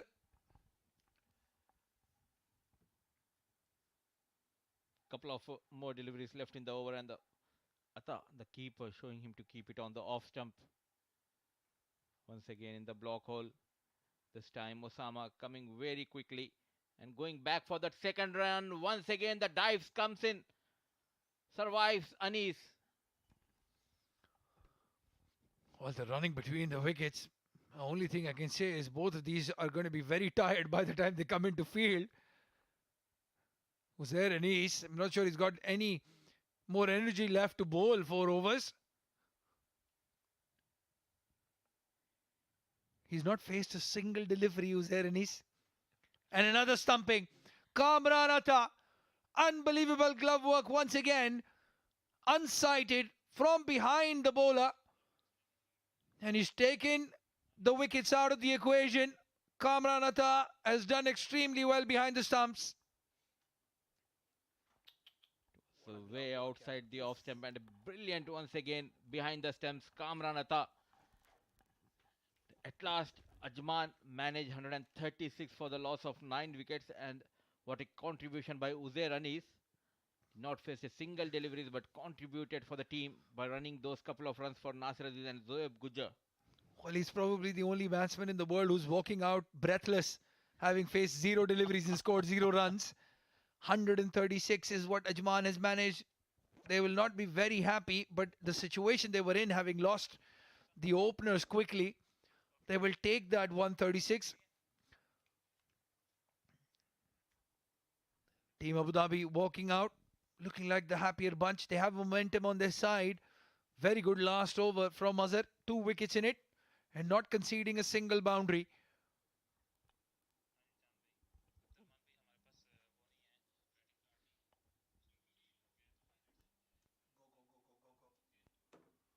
Let's have a quick look at the highlights then.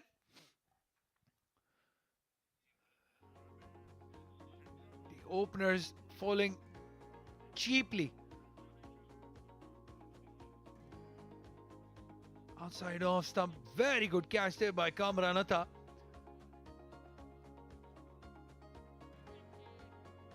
And then it was Dawood Jah. That was a big wicket. He is a very dangerous batsman. Ali Abed taking the catch.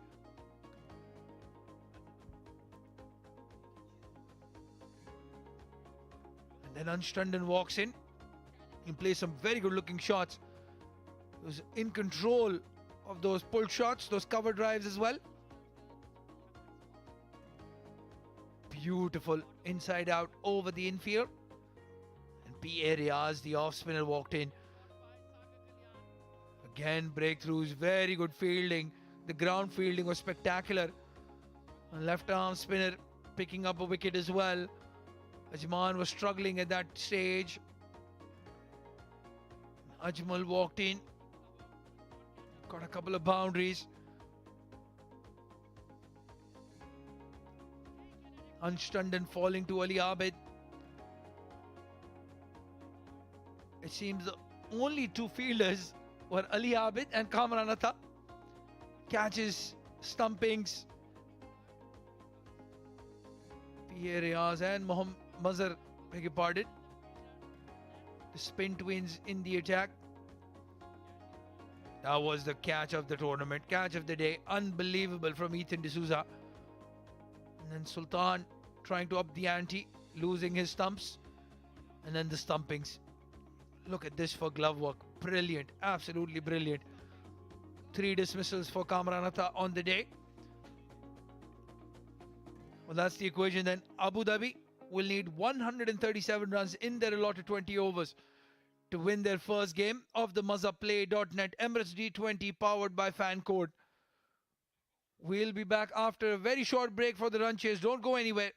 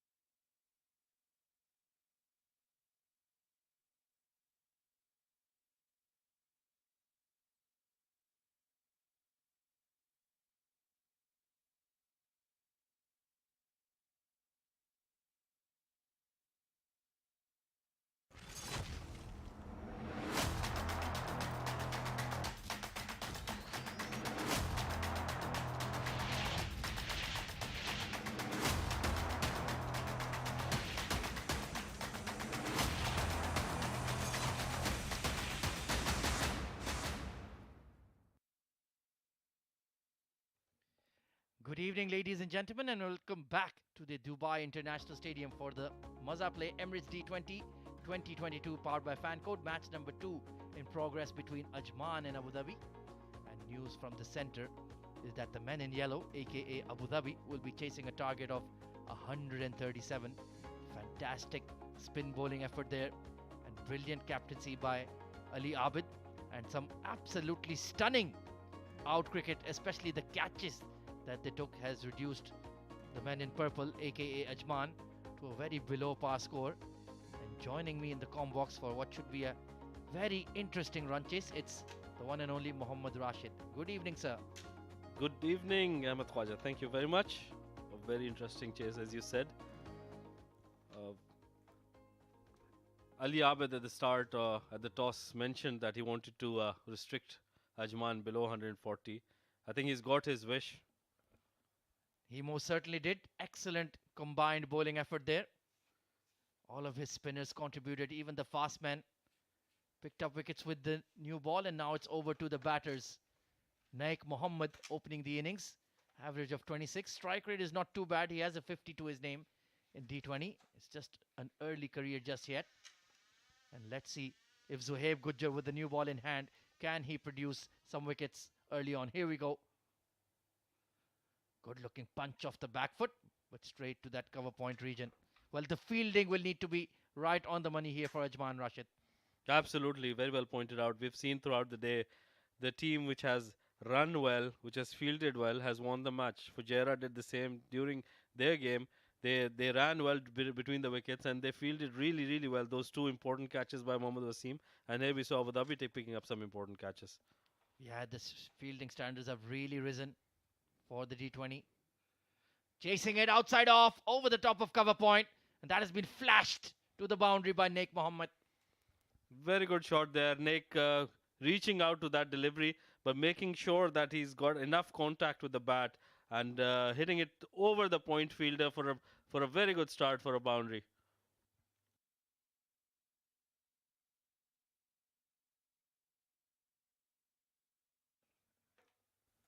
So that's a very strong start for Naik. Big, powerful unit, broad shoulders. Look at those forearms. They're the size of my neck. Don't want to mess with him at all. Back of a length this time from Zohaib. Quick single. Shy at the stumps, but Kamran Atta was home quite safely there. Very good running there. The right thing done there. He's hit that ball for a boundary, and right at the next ball, he's picked up that single. Yeah, the pitch is not too quick. Pretty easy pace now. We've had about 30 overs of cricket on it. Pardon me, 50 overs of cricket. So it will naturally just die down, just settle in. We will be playing 4 matches on this pitch. Then we switch over to pitch number 2. So let's see how that progresses. Meanwhile, Ataur Rahim, pardon me. Stylish left hand. And what a shot that is. Smashed over cover point. Absolutely glorious. That was smoked. A little bit of width from Zohaib Gujjar, and Ataur Rahim making the most of it and hitting that over that point region for a brilliant boundary. Look at that. Fast hands over the top. That will give him a lot of confidence. No way you can confuse him for Kamran Atta. Very stylish player. Very easy on the eye. And if he gets going, he will make mincemeat of this run chase in very quick time. Absolutely, very stylish, and we see reinforcement in that region, point region. And he's built that, and he's hit it through the extra cover region. Put in as many fielders as you want there, and he's still going to hit it. That has set the outfield on flames. What a shot there from Ataur Rahim. Short, wide, and bang. Take a look here, Zohaib Gujjar. You need to find the right line here. Otherwise, you will be pummeled by Ataur Rahim. This is glorious hitting.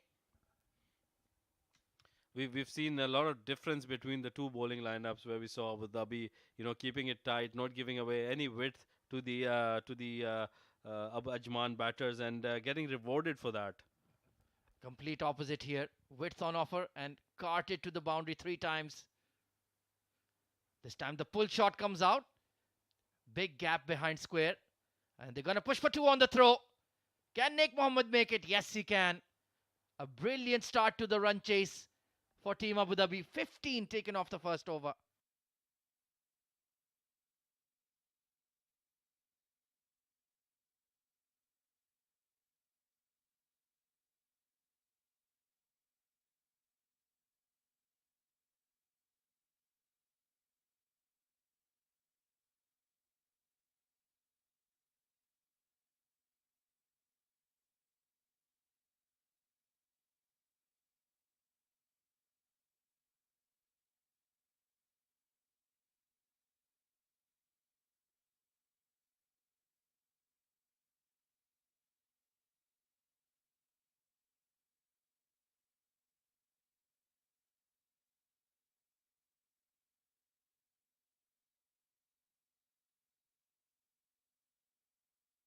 So it's going to be Sultan Ahmed, very experienced campaigner, taking the new ball from the far end. So a mixture of pace and spin here, Rashid. Yeah, very talented and a very experienced bowler, Sultan Ahmed. It'll be very interesting to see what kind of a line he bowls to. Yeah, he's famous for his arm ball, very accurate, gets that top spin as well. Let's see if he can produce a breakthrough in the power play. Struck on the pads, that's a big appeal. And given. First ball wicket for the Sultan. Naik Mohammed has to depart. And as you were talking about that arm ball, he's brought it in. The first delivery he's bowled and he's gotten rewarded for that. What a big wicket that is. Well, that's a big moment in the game. They needed to get among the wickets early. And yeah, that is crashing into middle and leg. Jibby Alex raising the dreaded index finger. That's a big moment. Let's see what Ajman can do with this. 15 for 1.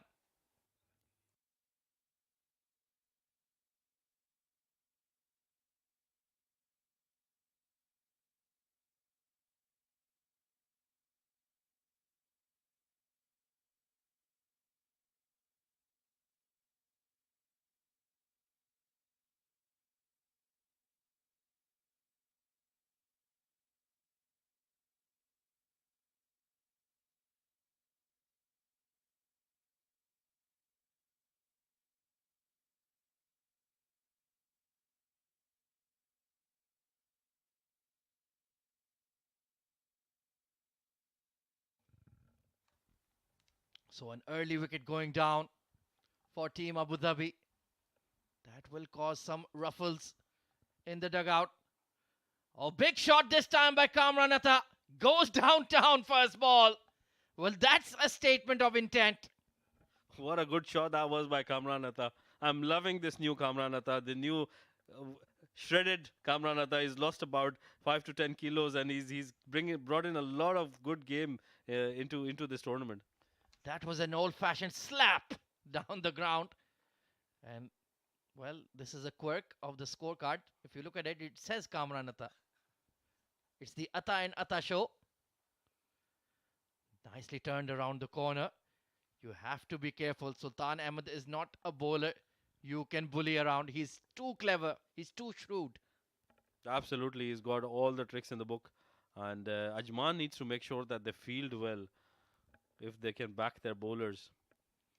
This time Upish, just a leading edge. He is getting that ball to grip already on the surface. And they have not one but two quality left-arm spinners. Ankur Sangwan is just as good, if not better than Sultan Ahmed. Very well pointed. And look at the way he's come back after that 6 he's been hit for. He has made sure that he doesn't pitch it up to Kamran Atta. Well, this man has represented UAE at the highest level, so there's no doubt of his quality. Beautiful cut shot in the gap. Kamran Atta is a man on a mission tonight. Beautiful, searing cut shot. Brilliant shot there. He just waited, rocked on the back foot and slashed that between point and the cover. And that raced away to the boundary. No chance for the fielder there. He missed his length by perhaps a couple of inches and that was enough. So 10 runs off the over. This match is going along at rocket speed. 25 for 1.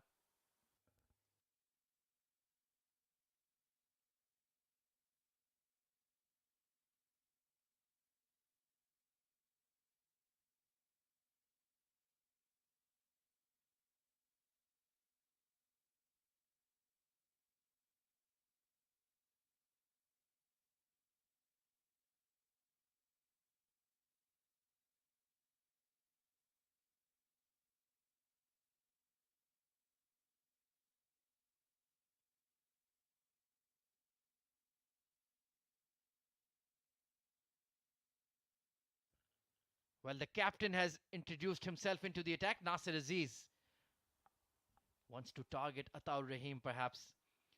19 wickets in D20 for him. Look at that economy rate of 7.3. That is spectacular. Let's see if he can produce a breakthrough, because Ataur Rahim may take the game away from them. Oh, leading edge. He was immediately looking to go over that vacant mid-wicket region. Absolutely, and Nasir wants to make sure that he picks up this wicket of Ataur Rahim. I think he should bring in a slip, because Nasir is a very shrewd bowler and he can get the ball to break. Completely agree. That fast armour there. He knew that Atta would try to go across the line. So intelligent. That is why this man has represented UAE at World Cups, not just any normal bilateral series. He went to the big show. As you can see, he's enticing Ataur Rahim. He's got the mid on in, but he's got a long off outside. So he's enticing Ataur Rahim to go for that slog hit over the long on fielder. Yeah, I don't think Ataur Rahim needs a second invitation. Glided towards that third man region. So he's certainly changed his game plan. And this is a wonderful contest, isn't it? Absolutely, and look at the way Nasir Aziz has bowled this particular ball. He's slowed it down and he's made sure that it doesn't give him any room or any pace on the delivery. And again, Upish and just beyond his reach. Once again, that ball gripping and stopping on the surface, Rashid. and these are quality spinners. They can make use of these conditions very nicely, and we saw Sultan Ahmed doing the same, and Nasir Aziz now bringing in his A game. Well, we saw how the pitches behaved in the last mega tournament we had here at the Dubai International, a certain Asia Cup. And it was very difficult to tackle the spin there, especially if there wasn't dew around. There doesn't seem to be any tonight, because they're wreaking havoc. And a very interesting field set for Kamran Atta. He's got a long on and a deep mid wicket. Yeah, he is certainly going to go for a big shot, but I think more towards mid-off and cover. Oh, there he goes over mid-off. It's high and not far enough. It will plug and land in the outfield. So he's come out with a very clear game plan. He's going to swing for the fences no matter what. It doesn't matter who's bowling to him. If it is either Sultan or Nasir Aziz, he's just going to go for his shots. As soon as it's pitched up to him, he will not stop. And this is the change in attitude that Team Abu Dhabi have produced in the recent D20s. Down the leg side, hard sweep shot. That's gone like a bullet. He's picked that up really quickly and maneuvered that towards that deep square leg vacant region and gotten a boundary for that. Well, the slimmer, trimmer Kamran Atta is turning out to be an absolute champion here. Look at that hard sweep. And when you have a hard-hitting wicketkeeper who can bat in the top three, that is absolute gold dust, Rashid. Absolutely. And Kamran Atta has changed his game and made sure that he's that gold for Abu Dhabi. He kept really well. And then he's batting really well. At the end of 3 overs, Abu Dhabi are 32 for the loss of 1 wicket.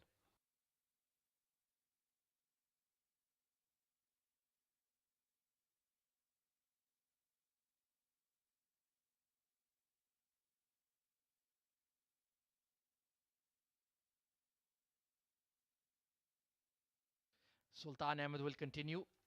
Well, this is going to be a fascinating battle. Left arm spinner versus left arm hitter. And he goes for the hit towards mid-wicket and will beat the fielder. Beautiful drop kick there from Ataur Rahim. They're not going to stop. As soon as it's in their zone, both these batsmen, Ataur Rahim and Kamran Atta, they will go for their shots and they're getting full reward for those shots they're playing. Yeah, it's not just mindless hitting. This is calculated and in the gaps, manipulating the fielders, using the power play restrictions to their advantage. Now, Sultan Ahmed coming around the wicket. What does he have up his sleeve? Targeting the pads tucked into that mid-wicket region. And this partnership is going along at a rate of knots. They're just toying with the field placing. As soon as that field was changed to bring in the mid wicket a little straighter, and a square leg. They picked up a single on there, and very good batting there by Ata Rahim and Kamran Ata. Super smart. Once again, mid off is up, long on, and deep square leg is out.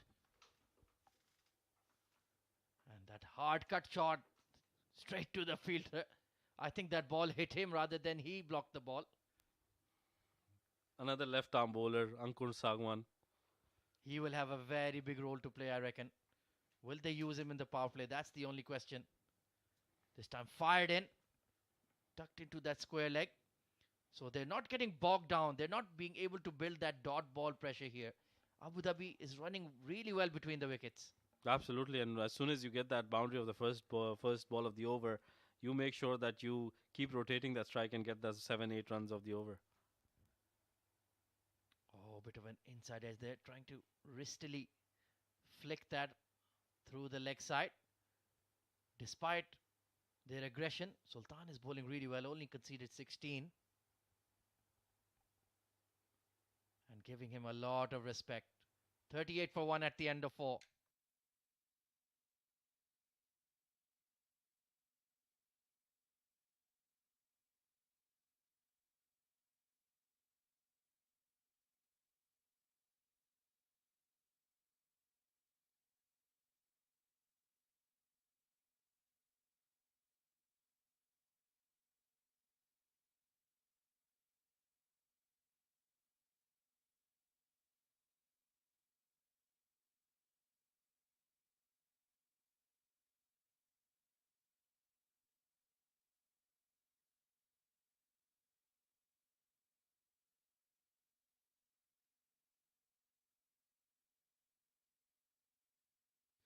So Nasser Aziz will continue his spell.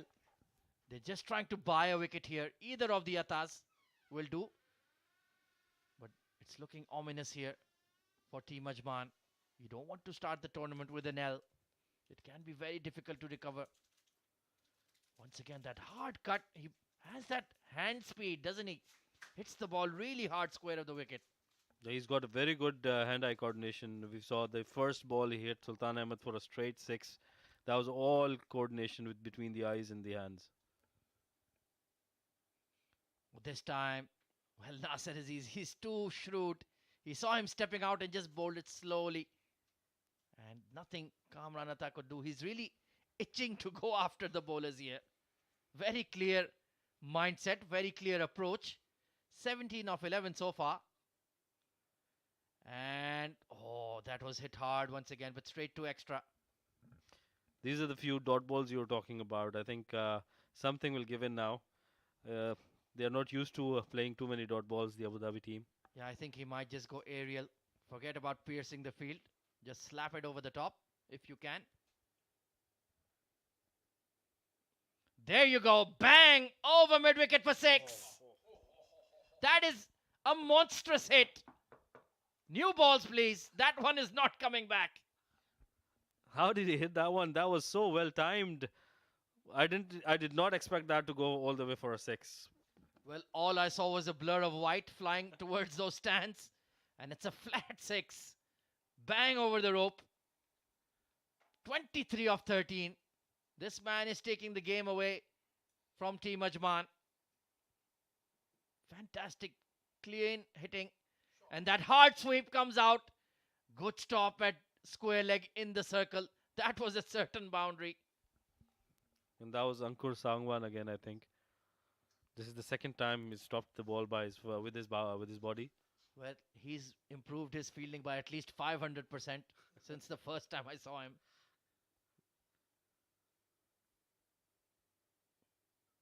Oh, it's another hittable delivery in the gap, but there is a deep mid wicket in place. And Kamran Atta will keep the strike. 45 for 1 at the end of 5. And with that, we'll have a change in the com box. We need to gather our breath here. I'll hand it over to Mudassir Ali and Abdurrahman Tariq.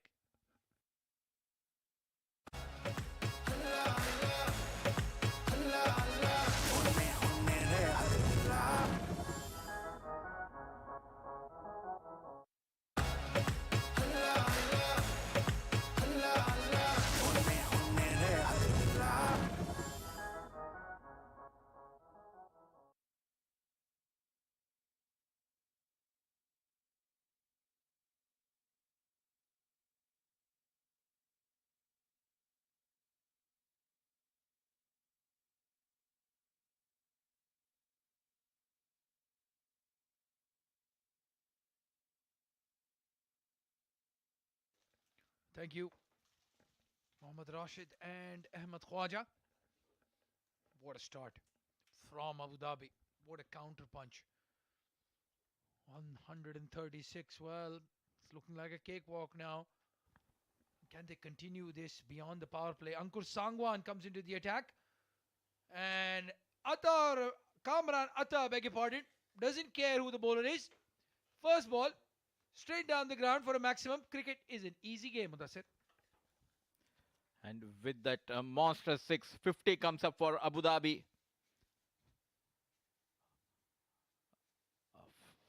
Fuller delivery, weighted and belted over long off. His dealing in boundaries quickly moves to 30 of 16 deliveries. Yellow color is doing wonders for Abu Dhabi, playing as if they are from Australia. Well, they have changed their colors from an orange sort of tinge in the previous editions to yellow. And as you said, well, he's definitely batting like an Australian, keeping like an Australian as well.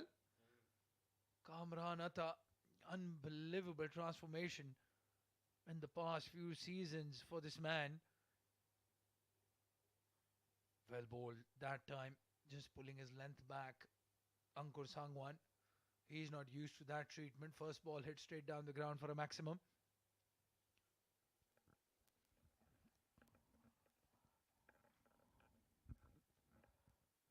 This time on the back foot. No chance for the long off and mid-on fielder. Ball racing towards the fence like a tracer bullet. Yet another boundary from the blade of Kamran Atta. Well, if you want to know how he can generate so much power, I have to look at that shot. He was in no position to play that straight down the ground. But he's done that. He's beaten mid-on and he's gotten a boundary. Kamran Atta is in the mood. He's in the groove. And Abu Dhabi are racing away in this game.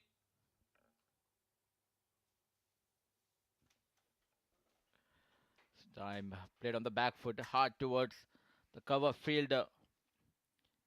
A maximum dot, a boundary and a dot. What can we see now from Kamran Atta? Belting the bowlers of Ajman. Ankur Sangwan bowling his first over, already conceded 10 runs in just 4 deliveries. Change in the field. Long off comes up and mid-on goes back.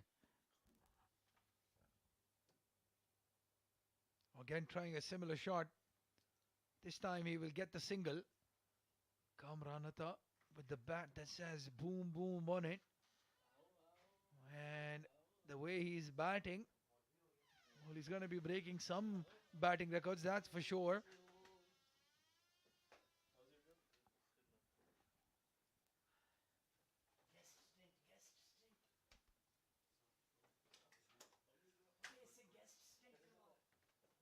It's a left-hander now on strike.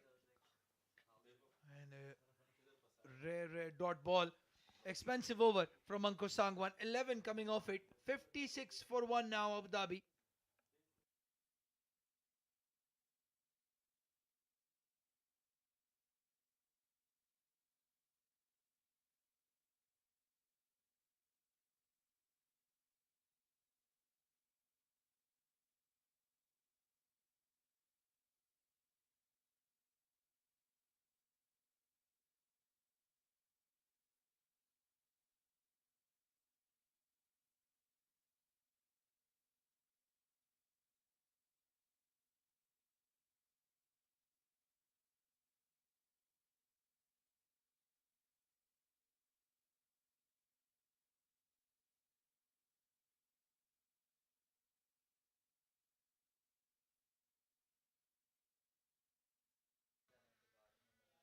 Well, they're going for pace.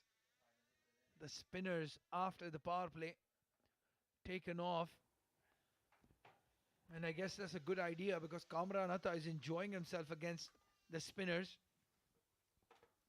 It's Wajid Khan who's coming to bowl.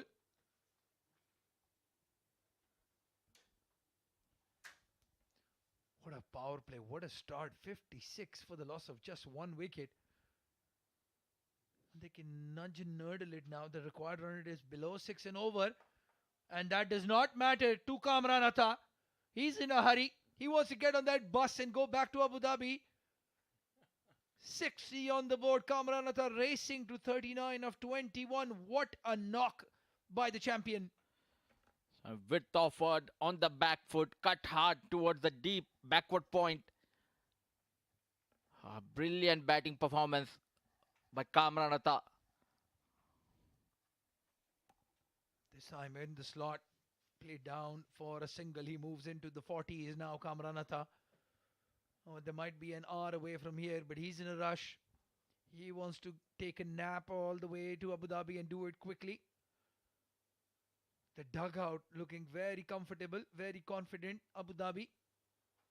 They have a lot of batting still to come. Usama Hassan. Not even padded up. Ali Abid yet to come. And what a change that usually Ali Abid bats at number 3. Kamranatha comes in at 4 or 5.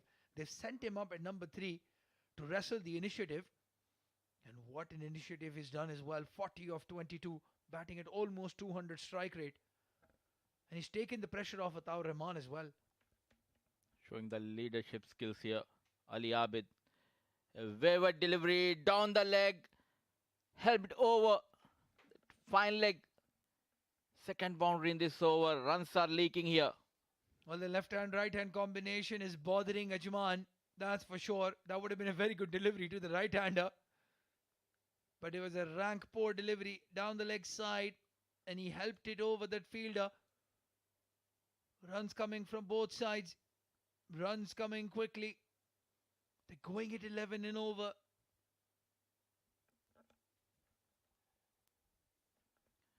They need a wicket here.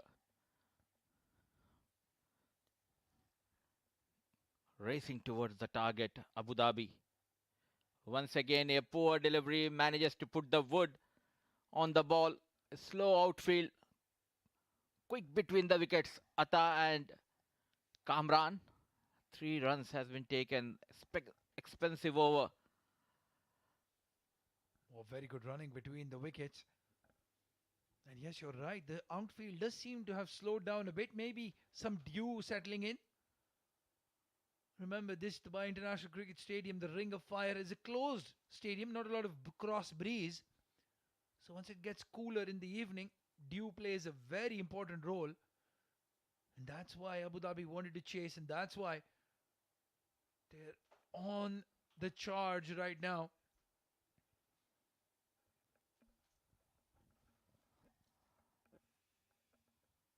Managing the single and rotating the strike. Both the batters are looking in control tonight. A wonderful bowling display by the team Abu Dhabi. And now they are on a mission. The batters, Atta and Kamran. Better delivery this time, but a single taken nonetheless. Another expensive over. 11 runs coming off it. Wajid going for 2 boundaries in the over as well. 70 for the loss of 1 wicket in the end of over number 7. Abu Dhabi on the charge to finish this game off quickly.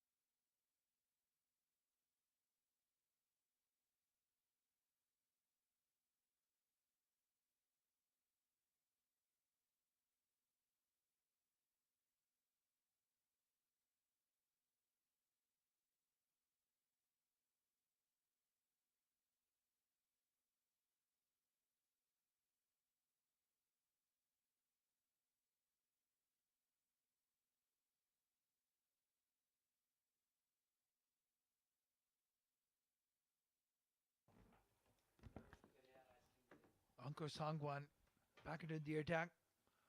They don't have a lot of options. They have to stick to their premier bowlers. Ataur Rahman going straight down the ground. Is it going to be a 6? No, it's not. Just plugs into the gap. Only a single in the end. As a very dear friend of mine says, a huge single.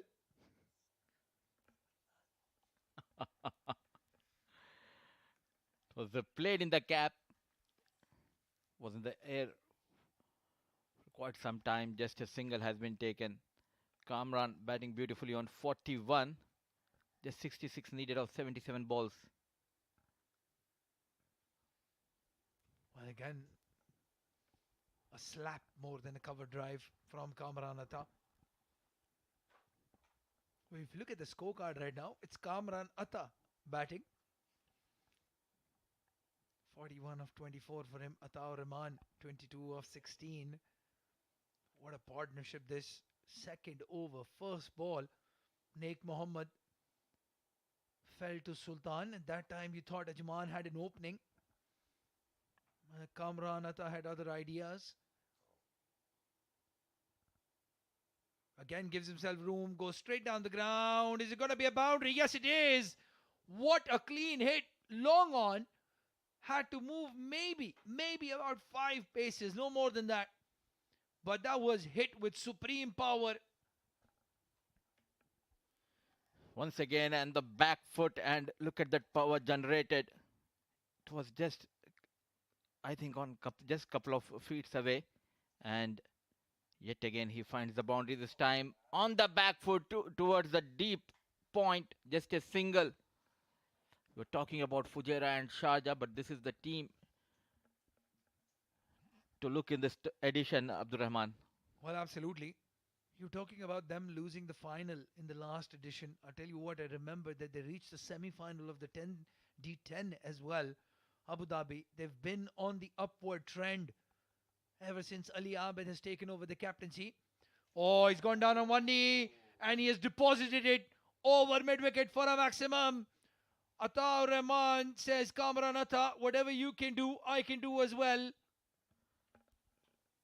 It's a reigning success here in Dubai Cricket Stadium, and with that maximum, over number 8 comes to an end. 82 for 1.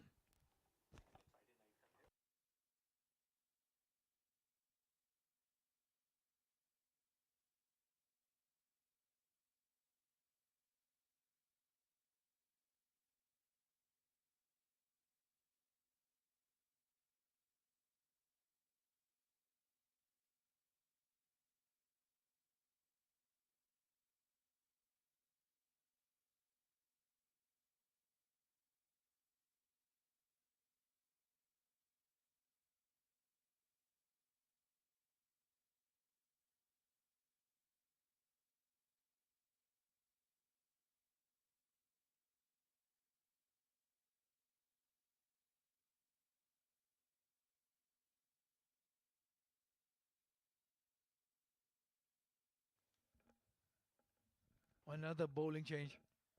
Nasir Aziz is running out of ideas, running out of options as well. It's Muhammad Ajmal, I think, who's come in to bowl. And they need to do something here. It's not just one wicket here now, Mudassir. They need to take 2 or 3 in a cluster. Ali Abed, Ethan D'Souza. Still a lot of batting to come. Muhammad Ajmal starts off with a wide down the leg side. If you're bowling in such a way, then it's really hard to get a wicket. Started off with a wayward delivery, Ajmal.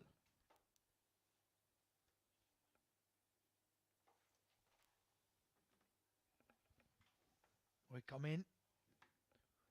Again down the leg side. Are they going to push for 2? No, I think just a little tired now, Kamran. Although the way he's been hitting the ball, I don't think he wants to run at all.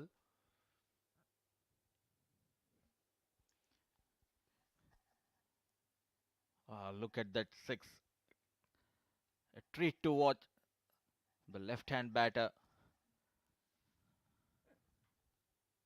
We are spot on there, Mudassir. The left-hand batsman, when he goes down on one knee for that slog sweep, it's a sight to watch, a sight to behold. Defensive, haven't seen that, but that's good game awareness, and that shows that the Ataur Rahman is maturing as a batsman. The Ataur Rahman of old would have tried to go across the line. This one, straight down the ground, right back to the bowler, give him the respect. I'm sure his coach will be nodding outside, Mr. Asghar Khan. We know him really well. And just as we are saying that, Ajmal has lost the plot one more time. Width on offer. And I don't know any left-handed batsman who's going to miss out on width outside off stump. Crashes it for a boundary.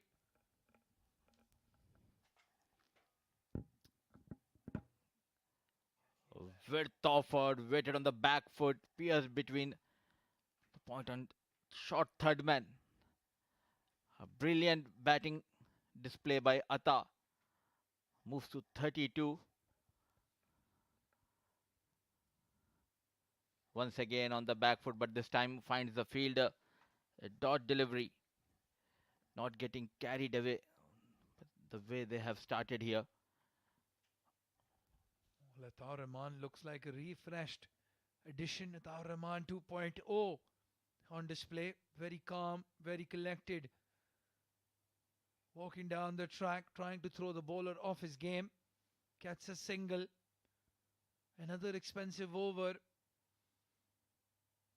7 of it. 48 runs needed of 67 deliveries. They're very much in control of this run chase, Abu Dhabi.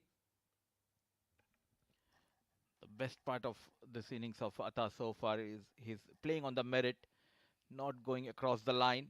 Just 3 runs away, Kamran Atta, away from that milestone. Cut hard over the short third man. And look at that celebration.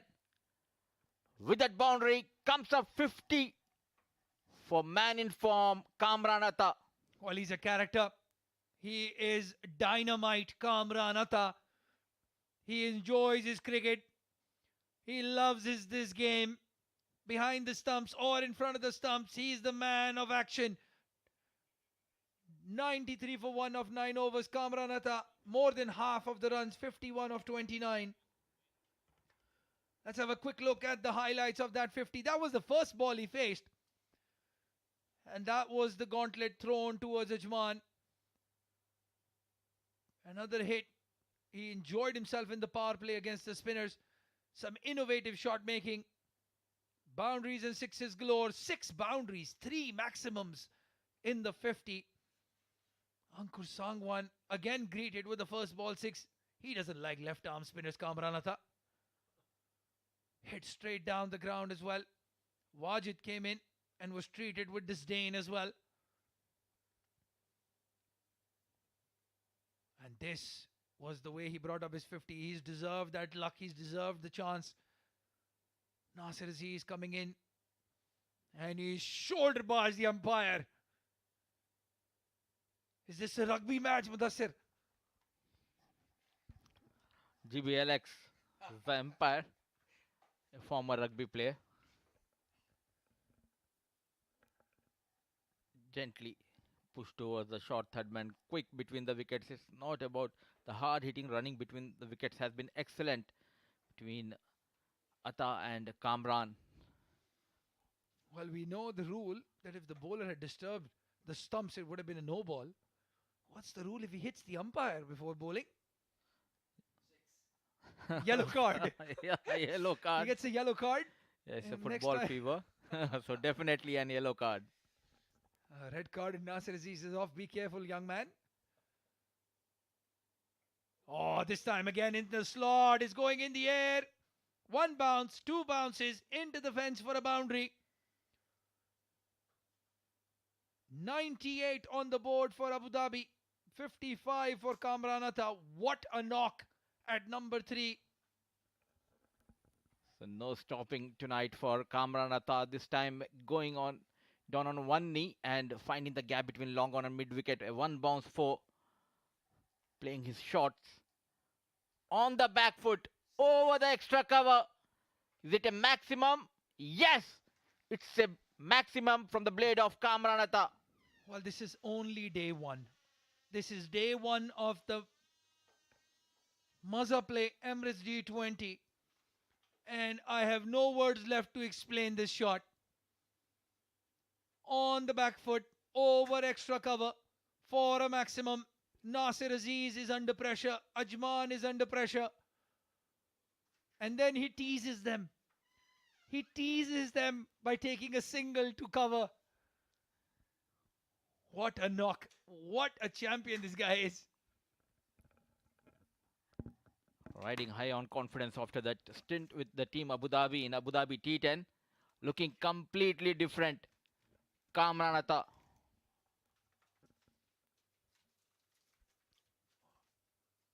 Such has been the impact of Kamran Atta that Ataur Rahman, who's enjoying himself, oh, he's holed out.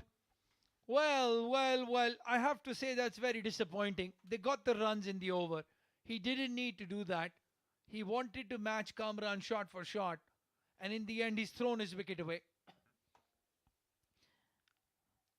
Trying to go towards that shorter boundary and just manages a fielder Ankur Sangwan this time, no mistake, and walks back.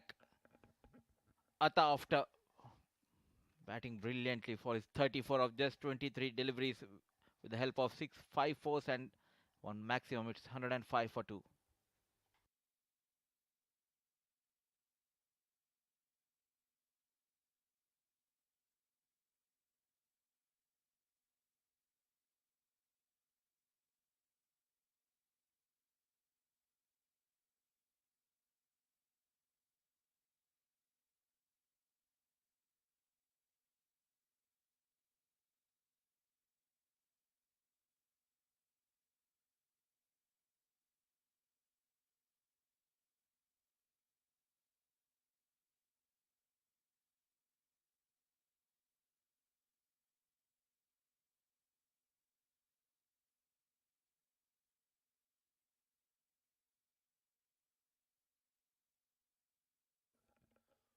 When Nasir Aziz has picked up a wicket, he's gone for a few runs.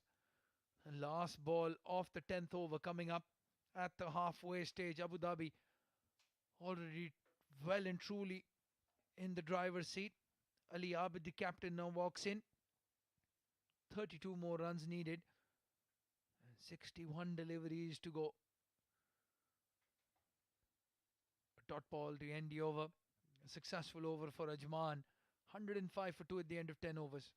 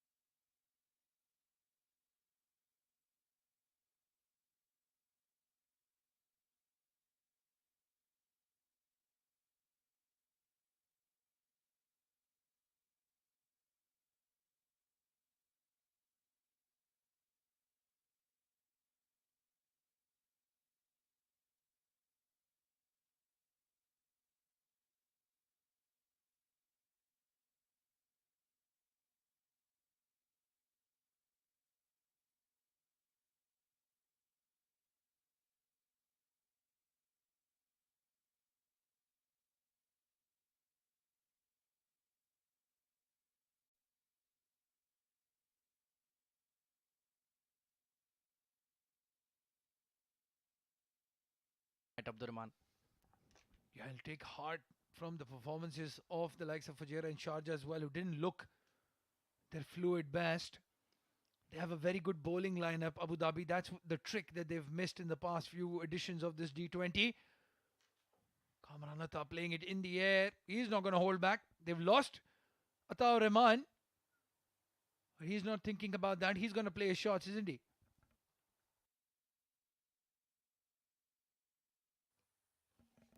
Yeah, they're just not going to change their approach. It's working for them. Go all out attack.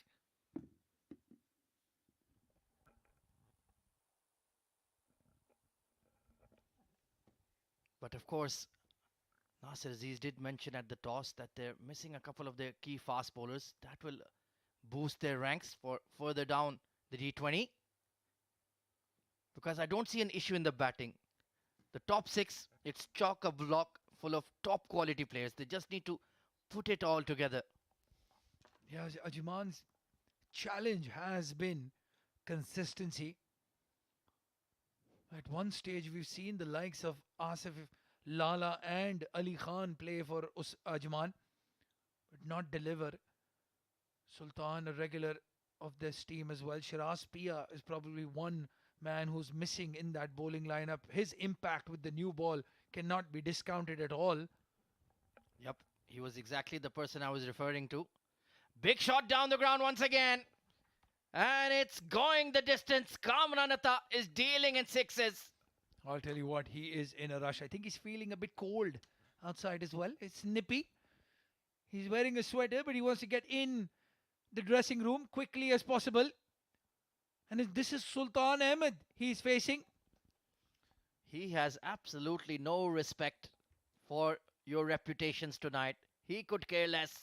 He is creating one on his own.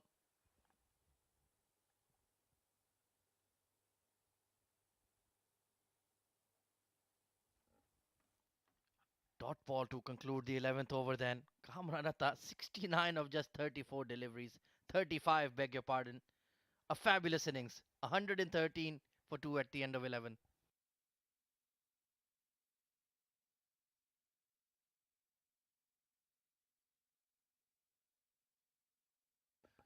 Well, that's the batting card.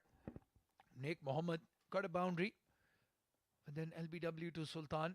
Then Ataur Rahim falling to Nasir Aziz. A rash shot in the circumstances. They were cruising. Still a lot of batting to come. Usama Hassan, Ethan D'Souza, Zubair Khan, P.A. Riaz, all of them can bat, but they don't want to leave it too little too late for these guys. Don't want to collapse in the middle. Yeah, we're just 20 odd runs away from the finish line. I think Ali Abid especially would want to be the one who gets those winning runs. Technically solid player, elegant. And that has been swept away. Plenty of work for the short third. Didn't get enough of a connection on it. And it's actually wide. So the wheels are truly coming off here for Ajman.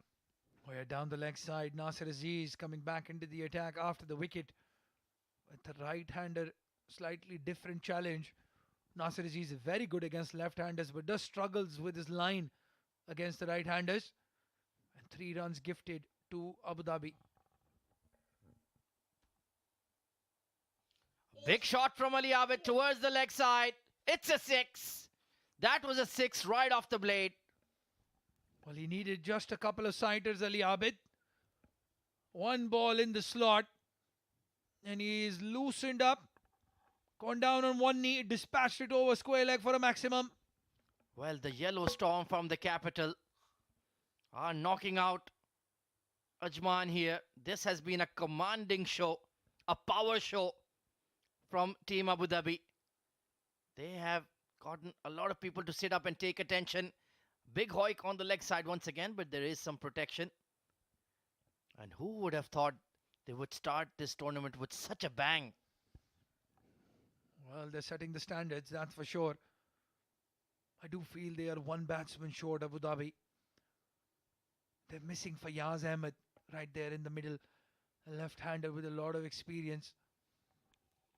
Well, they are also expecting some boosts in their ranking. Mohammad Rohid will be coming into this playing 11. Apesh drilled through extra cover, into the gap, into the fence. Well, they can bring him whoever they want. But if Kamran Atta keeps batting like this, I don't think number 4 or 5 are going to get a bat at all in this tournament. Chanceless 73 so far from Kamran. He has been absolutely savage against the spinners. Clear mindset, clean hitting, and in the gaps or over the ropes. And he's made a mockery of this target. We thought it would be a fighting score. He had other plans. Steps out straight. Down the ground for 6. Kamranatha is playing the innings of his life. This is sensational batting. 19 tournament sixes already. And it's just day 1 as I welcome Mohammad Rashid into the com box. What a knock. Thank you, Ahmed. Absolutely brilliant knock here by Kamranatha. He just hammered everybody out of the park. 79 of just 37 deliveries. 4 runs needed for victory. And that will be the victory.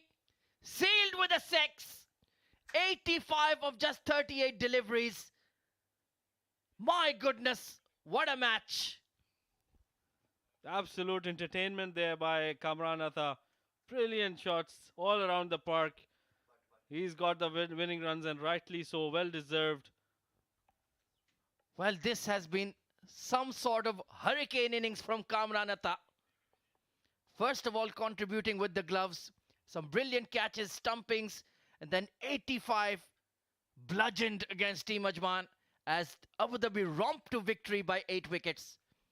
This has been a hugely impressive performance, Mohammad Rashid. Absolutely, I'm really impressed with the kind of intent they brought into the game. And brilliant all-around show. The way they fielded and the way they bowled.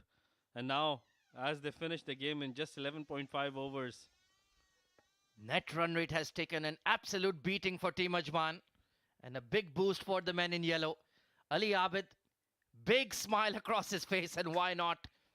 He has knocked over a huge side with a lot of confidence and with a lot of panache. Rightly said there, Ahmed. I think this has made a statement to all the teams in the tournament. Beware of the yellow storm. Unbelievable. Absolutely clinical performance.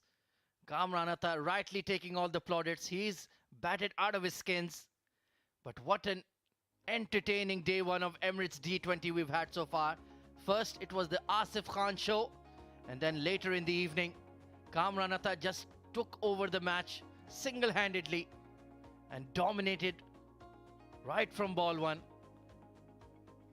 Right then, let's give you the numbers. Let's give you the story of this match. It was Abu Dhabi chasing a meager target of 137.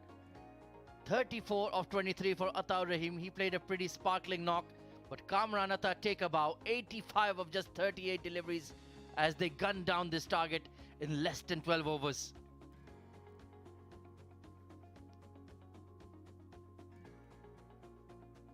No need for the other batters, and the bowling took an absolute pounding. 1 for 52 for Nasir Aziz. Only Sultan Ahmed 1 for 24 was the pick of the bowlers. Everybody else got smashed. Ankur Sangwan 2 overs 23. Wajid Khan and Mohammad Ajmal going for 11 each. Everybody was taken to task by Kamranatha tonight. He was the yellow storm, Kamranatha. Brilliant batting, and he scored all around the park. That was the good thing about his innings. Absolutely clean striking. Well, let's take a look at the highlights. There are plenty of them. It was Naik Mohammed and Ataur Rahim who opened the innings. And this was a wonderful shot from Ataur Rahim. Smashed through covers. And then that was the dismissal of Naik Mohammed, trapped in front by Sultan Ahmed. We thought that match could become interesting then.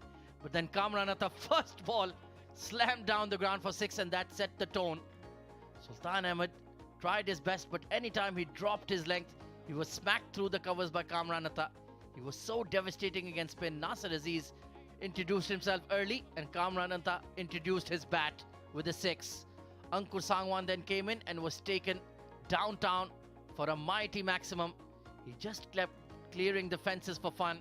And that hard pull shot beyond the long on fielder had absolutely no chance. And then Ataur Rahim with that brilliant 6 over mid wicket. Wonderful timing on that. And this was just smoked over extra cover. Anytime they lost their length, anytime they lost their line, they had to be dispatched. Ataur Rahim finally caught at cow corner. Good catch taken there in the outfield. But then Kamranatha said, I have had enough of your nonsense, Ajman. I want to take over this game and end it very early. And that was the winning blow. Ali Abid launching this over square leg. No, pardon me. This was the winning blow. Downtown all the way for 6.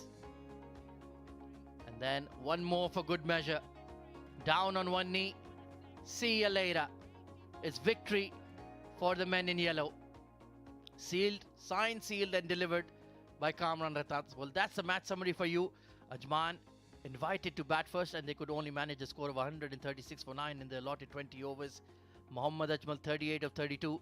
Ansh Tandon was looking good but just threw it away at the wrong time, 33 of 31. Nasir Aziz with a runner ball 23 as well.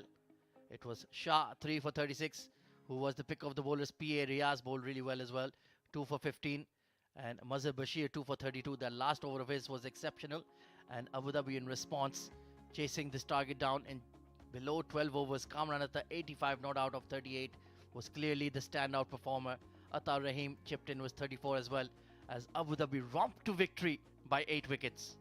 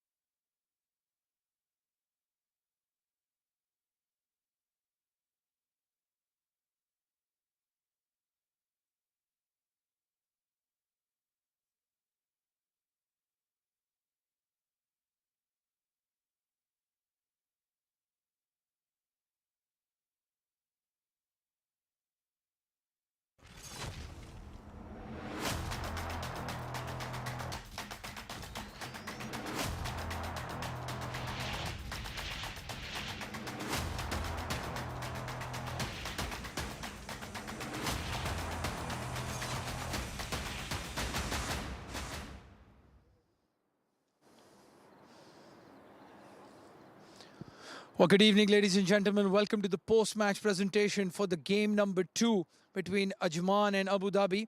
It was Abu Dhabi who's romped home by 8 wickets. And it's all thanks to the man of the match for this very important game. I've got Mr. Iftikhar Ali, the match referee, to give the man of the match award away. And there are absolutely no surprises. It's Kamran Atta, the wicketkeeper, for 85 of 38 deliveries and 3 dismissals.